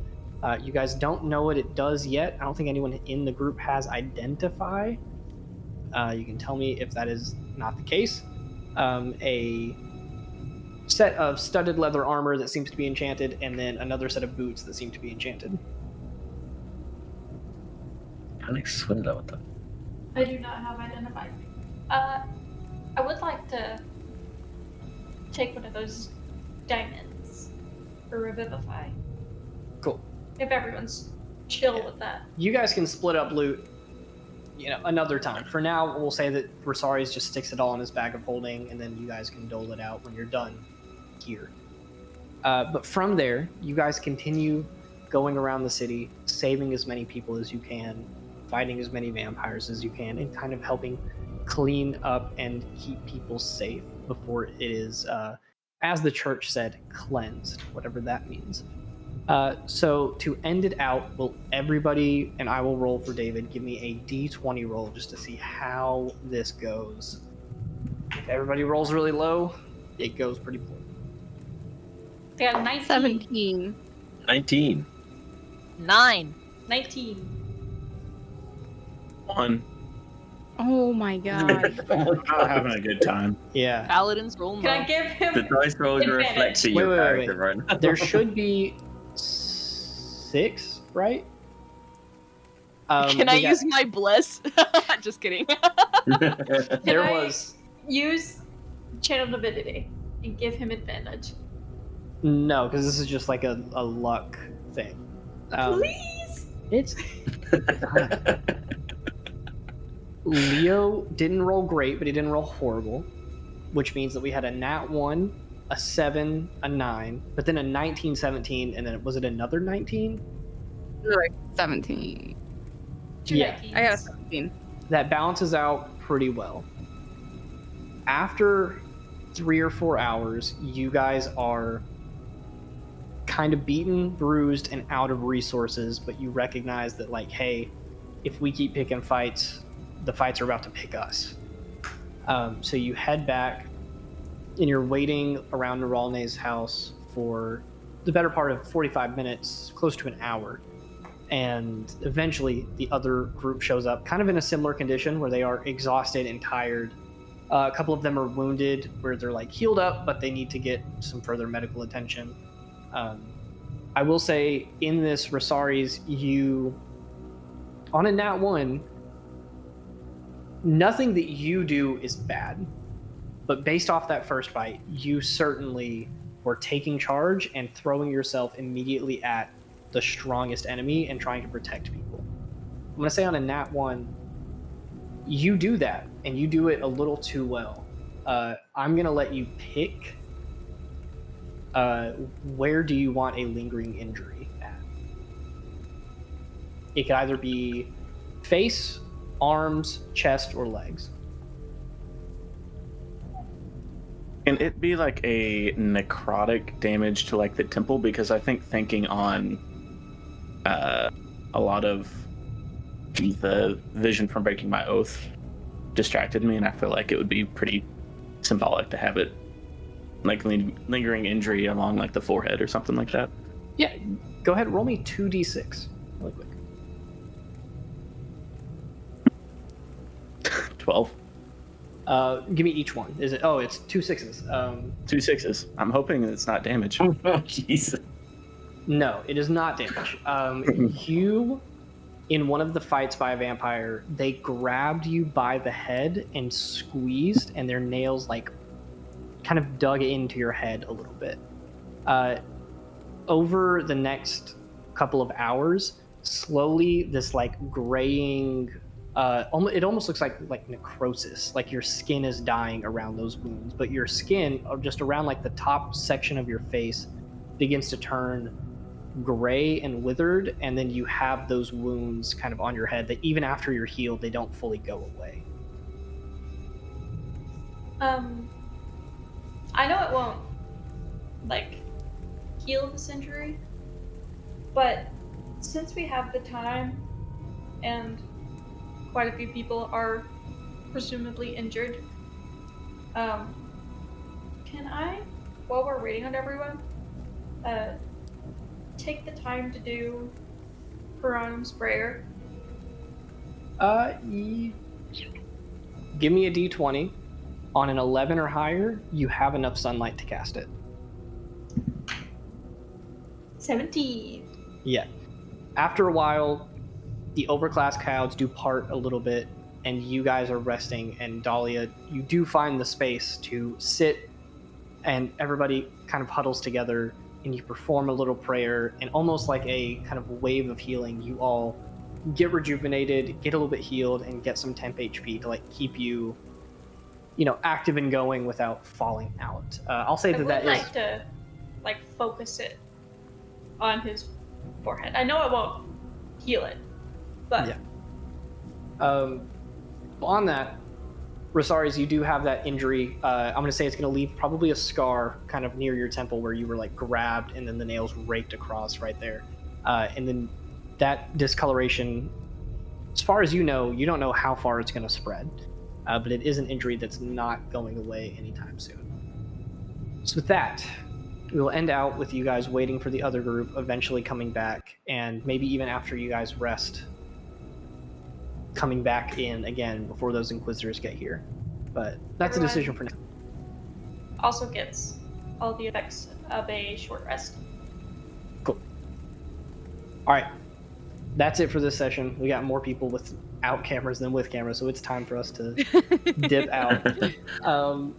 Thanks for watching. Ran a little bit later than I expected, but that always happens. We will see you guys next week for a completely separate mission with the other half of the party going to recover one of those magical plants for Professor Baron. We'll see what happens. Yeah. So, toodles. Cheers. Bye.